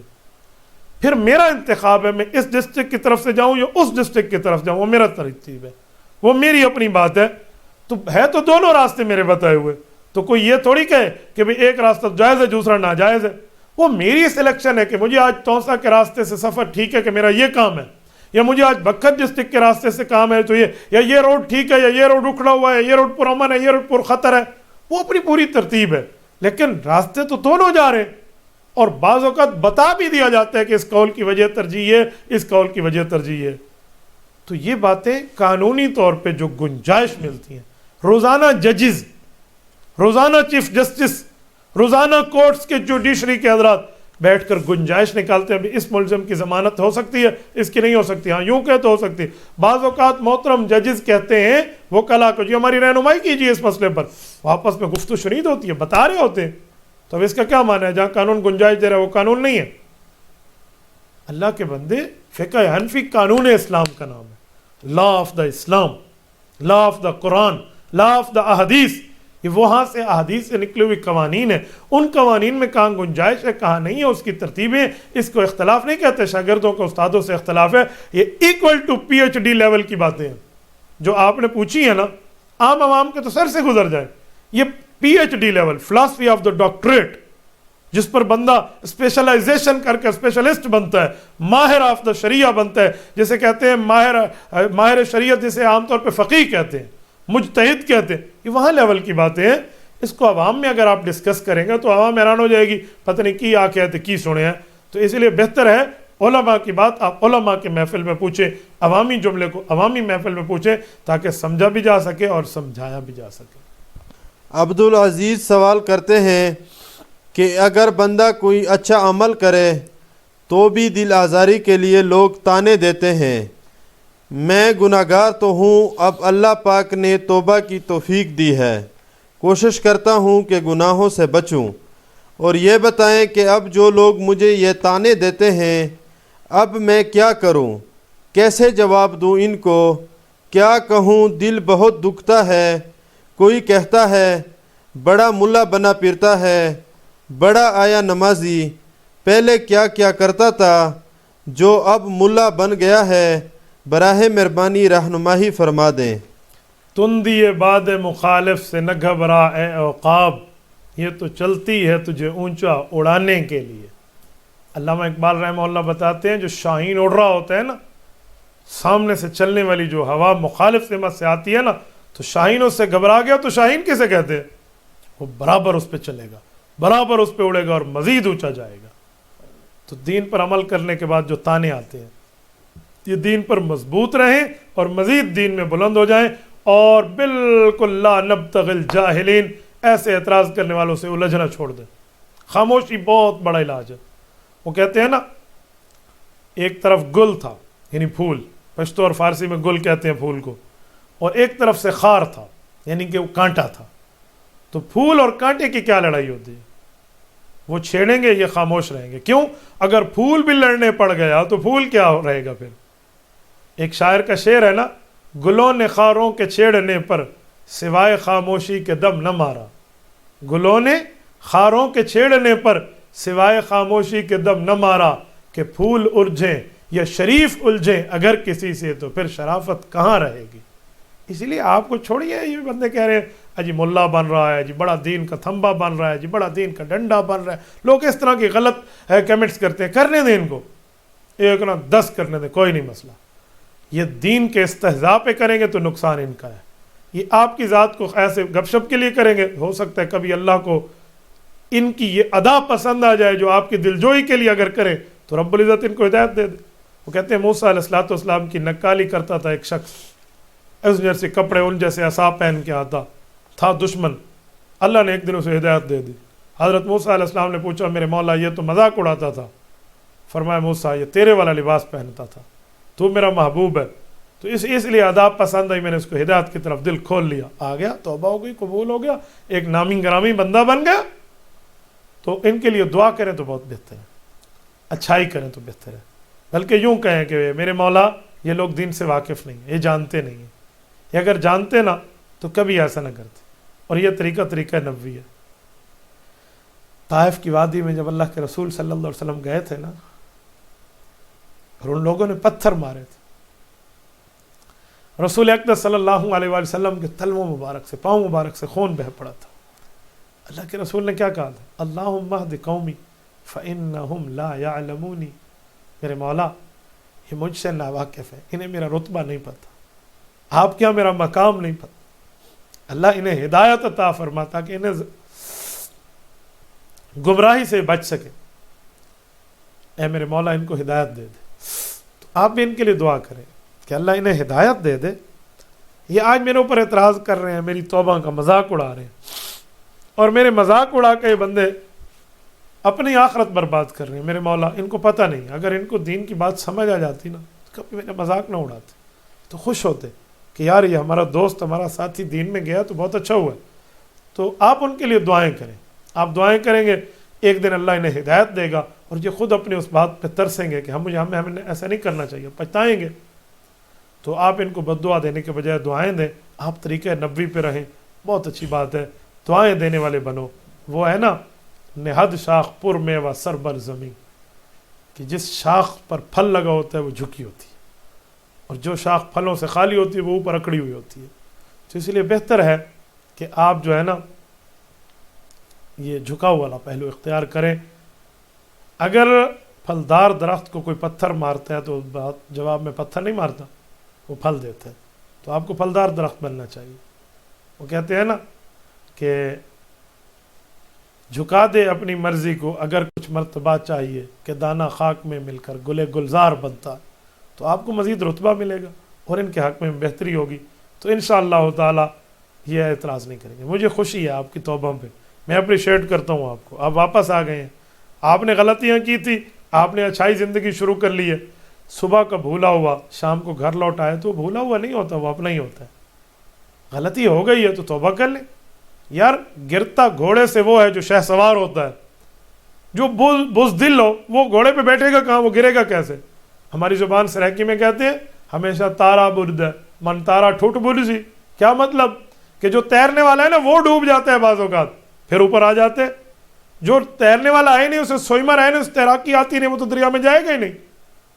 تو ایک شعر میں کہتے ہیں نا، گرتے ہیں شہ سوار میدان جنگ میں، گرتے ہیں شہ سوار میدان جنگ میں، وہ طفل کیا گرے جو گھٹنوں کے بل چلے. تو جو گھٹنوں کے بل رینگنے والا اور چلنے والا ہے، اس بیچارے کو شہ سواری کرنا مزہ ہے، اور نہ ہی اسے پتہ ہے کہ شہ سوار گرتے کیسے ہیں. تو اس لیے آپ دل چھوٹا نہ کریں، دل بڑا کریں. اللہ رب العزت کرم اور فضل کا معاملہ فرمائیں گے. محمد امین سوال کرتے ہیں پب جی گیم کھیلنا کیسا ہے، جائز ہے یا ناجائز، رہنمائی فرما دیں. بھائی امین، پب جی گیم جو ہے یہ ناجائز اور حرام ہے. اس کی کئی وجوہات ہیں. اس میں تو کعبۃ اللہ پر باقاعدہ تیر مارنا دکھایا جاتا ہے، اور اس میں جو پتہ نہیں بت سے انرجی لینا دکھائی جاتی ہے، اور کیا کیا چیز دکھائی جاتی ہے. اس میں علماء کا اختلاف ہے. بعض علماء نے تو نکاح ٹوٹنے تک کی بات فرما دی ہے کہ تجدید نکاح کرو، ایمان کی تجدید کرو، کیا بت سے لینا شروع کر دیا. اور بعض نے اس میں نرمی کی ہے. لہٰذا حرام تو ہے، ان چیزوں کو آپ چھوڑ دیں. ایک بندہ مجھے کہنے لگا، مولانا وہ خاص ایک گیم ہے، وہ سین ہم نہیں دیکھتے، ہم اس سے پہلے پہلے کھیلتے ہیں. میں نے کہا پہاڑوں کے کونوں پہ کھیلنے والا ایک دن گر بھی جاتا ہے. ایسی فضول گیم جو اللہ کے کعبے پر بم گرانا آپ کو دکھا رہے ہیں، جو بت کے آگے جھکنا آپ کو دکھا رہے ہیں، لعنت بھیجو اس پر. کیا ضرورت ہے بندہ اس کو کھیلتا رہے؟ اس کھیل سے وہاں جہاں ہمارے ایمان پر وار کیا ہوا ہے، اس کھیل کو ہم نے اپنے لیے قابل عزت قابل فخر سمجھا ہے. ذرہ برابر بھی توجہ نہ دیجیے، 100% چھوڑ دیجیے. بالکل اس کو نام تک نہ لیجیے. لا تذکر وطن سسما، نہ نام لیجیے نہ یاد کیجیے، اور چھوڑ دیجیے اس پب جی کو. اس سے ان کے ارادے چھپے ہوئے کھل کے سامنے آ گئے. جسے قرآن کہتے ہیں نا کہ جو ان کے منہ سے نکلا ہے یہ کفر کیا ہے، جو ان کے دل میں چھپا ہے وہ کفر کیا ہوگا. تو جو آپ نے پکڑ لیا اس سے غلطیاں اس پب جی سے، تو آپ کو سمجھ آ گیا. تو اب اس کا خود باقی وما تخفی صدورہم اکبر. وہ دیکھیں نا جو ان کے دلوں میں ہمارے اسلام کے لیے کتنا بغض چھپا ہوا ہے. ان کفار کی گیم کو نہ کھیلیے. کچھ عرصہ پہلے تک تو میں یہ پب جی جانتا بھی نہیں تھا. یہ ہمارے لائیو سیشن جب شروع ہوئے تو انڈیا سے ایک دوست نے ہم سے پوچھا پب جی کیا ہے. تو سوال کرنے والے دوست نے پڑھ لیا، تو مجھے نہیں پتا تھا. میں نے اسے کہا جی ہمارے یہاں تو 4G اور 3G ہے، پب جی کا نہیں پتا. حقیقتاً مجھے نہیں پتا. وہ میرا شاگرد ہنسنے لگ گئے. بعد میں انہوں نے مجھے بتایا کہ استاد جی پب جی ایک گیم کا نام ہے. تو اس مصیبت سے تو اللہ نے الحمدللہ ہمیں اتنا ناواقف رکھا ہے. اب سمجھ آیا کہ پب جی ایک گیم کا نام ہے. تو گیم کا نام ہے تو اس کو آگ لگاؤ بیٹا. ایسی چیزیں بالکل آپ سے دور ہونی چاہیے، اور آپ ان سے دور ہونی چاہیے تاکہ غلط چیز سے آپ بچ سکیں. محمد اسماعیل سوال کرتے ہیں کیا کسی نبی، ولی یا قبر والے کا وسیلہ دے کر دعا مانگ سکتے ہیں؟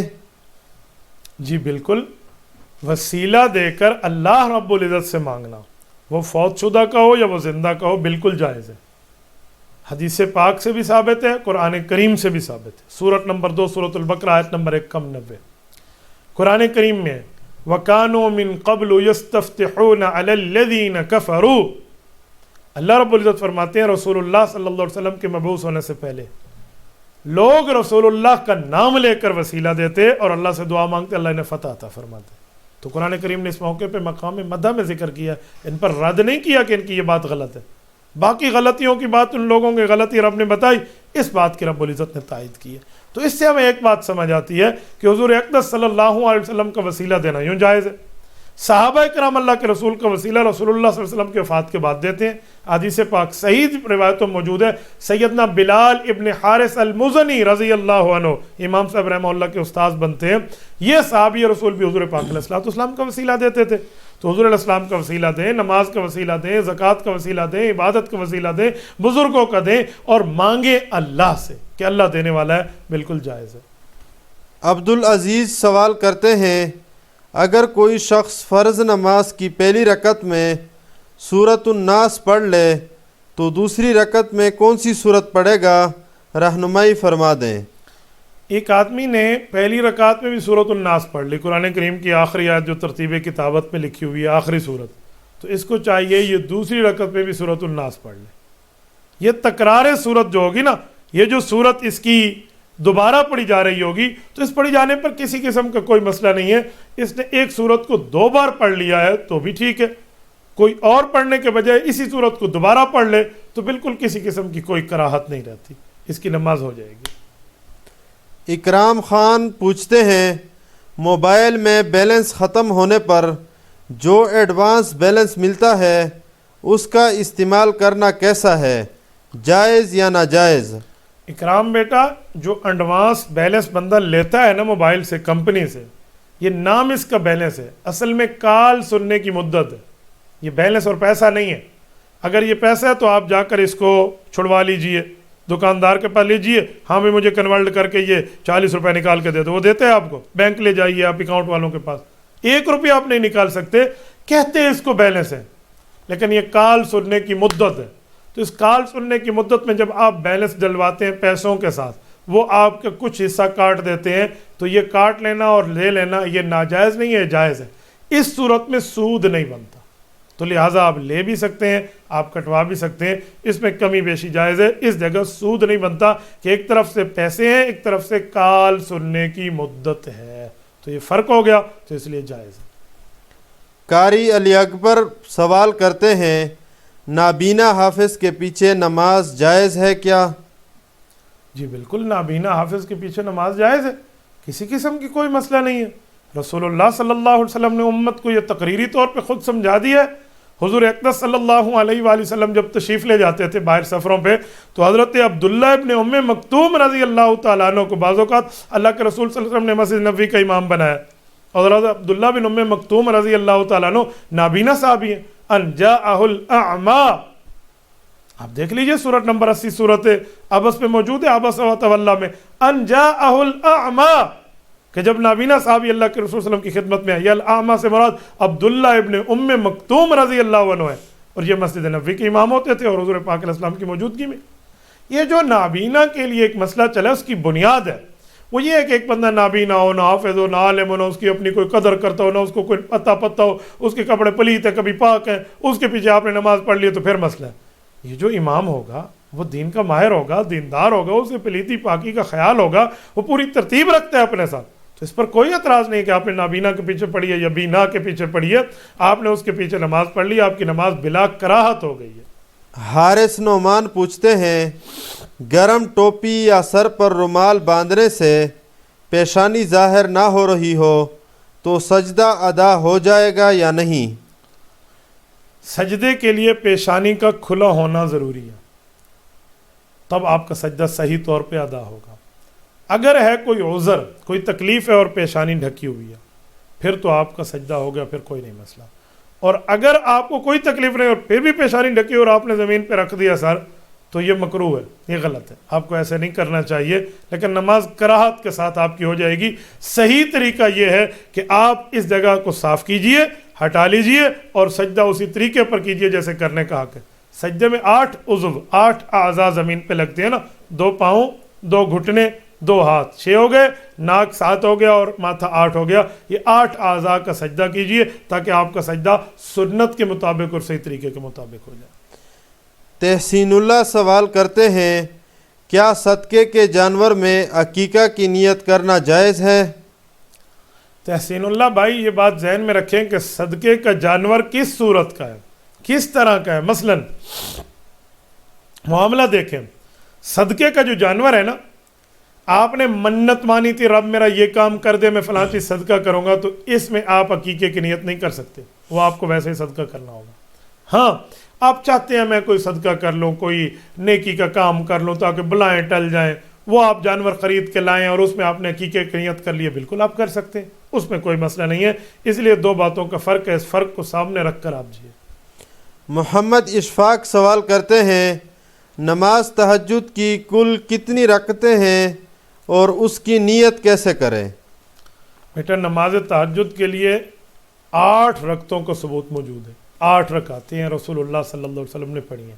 اب نماز کی نیت کیسے کریں؟ نیت کے بارے میں ایک اصول ذہن میں رکھیں، النیت فی القلب لا علی اللسان، نیت دل کے ارادے کا نام ہے، زبان کا نہیں ہے۔ 2 رکعت فلاں وقت کی پڑھ رہا ہوں، منہ قبلہ شریف کی طرف، اللہ اکبر، اچھا اس میں کچھ اوپر نیچے ہو کے نماز نہیں ہوئی، یہ بات نہیں ہے۔ یہ نیت بچوں کو سکھائی جاتی ہے تاکہ انہیں پتہ چلے ہم کیا پڑھ رہے ہیں، یہ بڑوں کے لیے نہیں ہے۔ دل کے ارادے کا نام نیت ہے، زبان سے ریوائز کرنا، دہرانا ضروری نہیں ہے۔ آپ گھر سے نکلے ہیں, آپ نے عصر پڑھنی ہے اور نیت بھی عصر کی ہے, اور اگر آپ نے منہ سے دہراتے ہوئے ظہر کہہ دیا تو آپ کی عصر ہو گئی. کیوں؟ دل کے ارادے کو دیکھا جائے گا. تو آپ نے تہجد کے لیے کوئی خاص ورڈ نہیں پڑھنے. آپ جب تہجد میں اٹھے ہیں نا, خاص الفاظ پڑھنے کی ضرورت نہیں ہے, آپ نے اللہ اکبر کیا, بس آپ کی نیت ہو گئی. آپ اللہ اکبر کریں. 8 رکعت یہ تہجد ہے, یہ رسول اللہ صلی اللہ علیہ وآلہ وسلم پڑھتے تھے. تو آپ 4 رکعت سے بھی پڑھ سکتے ہیں, 2 رکعت سے پڑھ سکتے ہیں. عام حضرات کا طریقہ 2 رکعت کا ہے. آپ 2 رکعت, پھر 2 رکعت, پھر 2 رکعت, پھر 2 رکعت, یہ 8 رکعتیں آپ پڑھ لیں تہجد کی. بہت بڑی چیز ہے تہجد. اللہ رب العزت آپ کو بھی عطا فرمائے, ہمیں بھی عطا فرمائے. حضرت ملا علی قاری رحمۃ اللہ علیہ فرماتے ہیں, لیس من الکاملین الا من یقوم باللیل, کہا کہ وہ بندہ کبھی کامل نہیں ہو سکتا جو بندہ رات کو اٹھ کے عبادت کرنے والا, تہجد پڑھنے والا نہ ہو. علماء نے لکھا ہے, من کثر صلاتہ باللیل حسن وجہہ بالنہار, جو بندہ رات کو اچھی عبادت کرتا ہے, رب اس کے چہرے کو دن میں خوبصورت بنا دیتے ہیں. چہرے سے نظر آتے ہیں, نور ٹپک رہا ہوتا ہے, چہرے کی ایک ہیبت, روب, جلال, عظمت ہوتی ہے. بندے کو سمجھ آتی ہے کیا عظمت ہے اس کے چہرے کی. تو صرف چہرے کی عظمت کے لیے نہ پڑھیں, آپ اللہ کی رضا کے لیے پڑھیں. اس وقت اعلان ہو رہا ہوتا ہے, حل من مسترزقن حل من مستغفرن, ہے کوئی مجھ سے معافی مانگنے والا, آج میں اسے معافی دے دوں. ہے کوئی مجھ سے رزق چاہنے والا, میں اسے رزق دے دوں. بندہ سویا ہوتا ہے, مناسب نہیں ہے. ایسے موقع پہ اٹھنا بھی چاہیے اور رب کے سامنے گڑ گڑا کے مانگنا بھی چاہیے. جزاک اللہ حضرت. اللہ تعالیٰ آپ کو خوش رکھے. اقول قولی ھذا واستغفر اللہ وآخر دعوانا ان الحمد للہ رب العالمین. إلهي واسع الكرم ورب البيت والحرم إليك أتيت منكسرا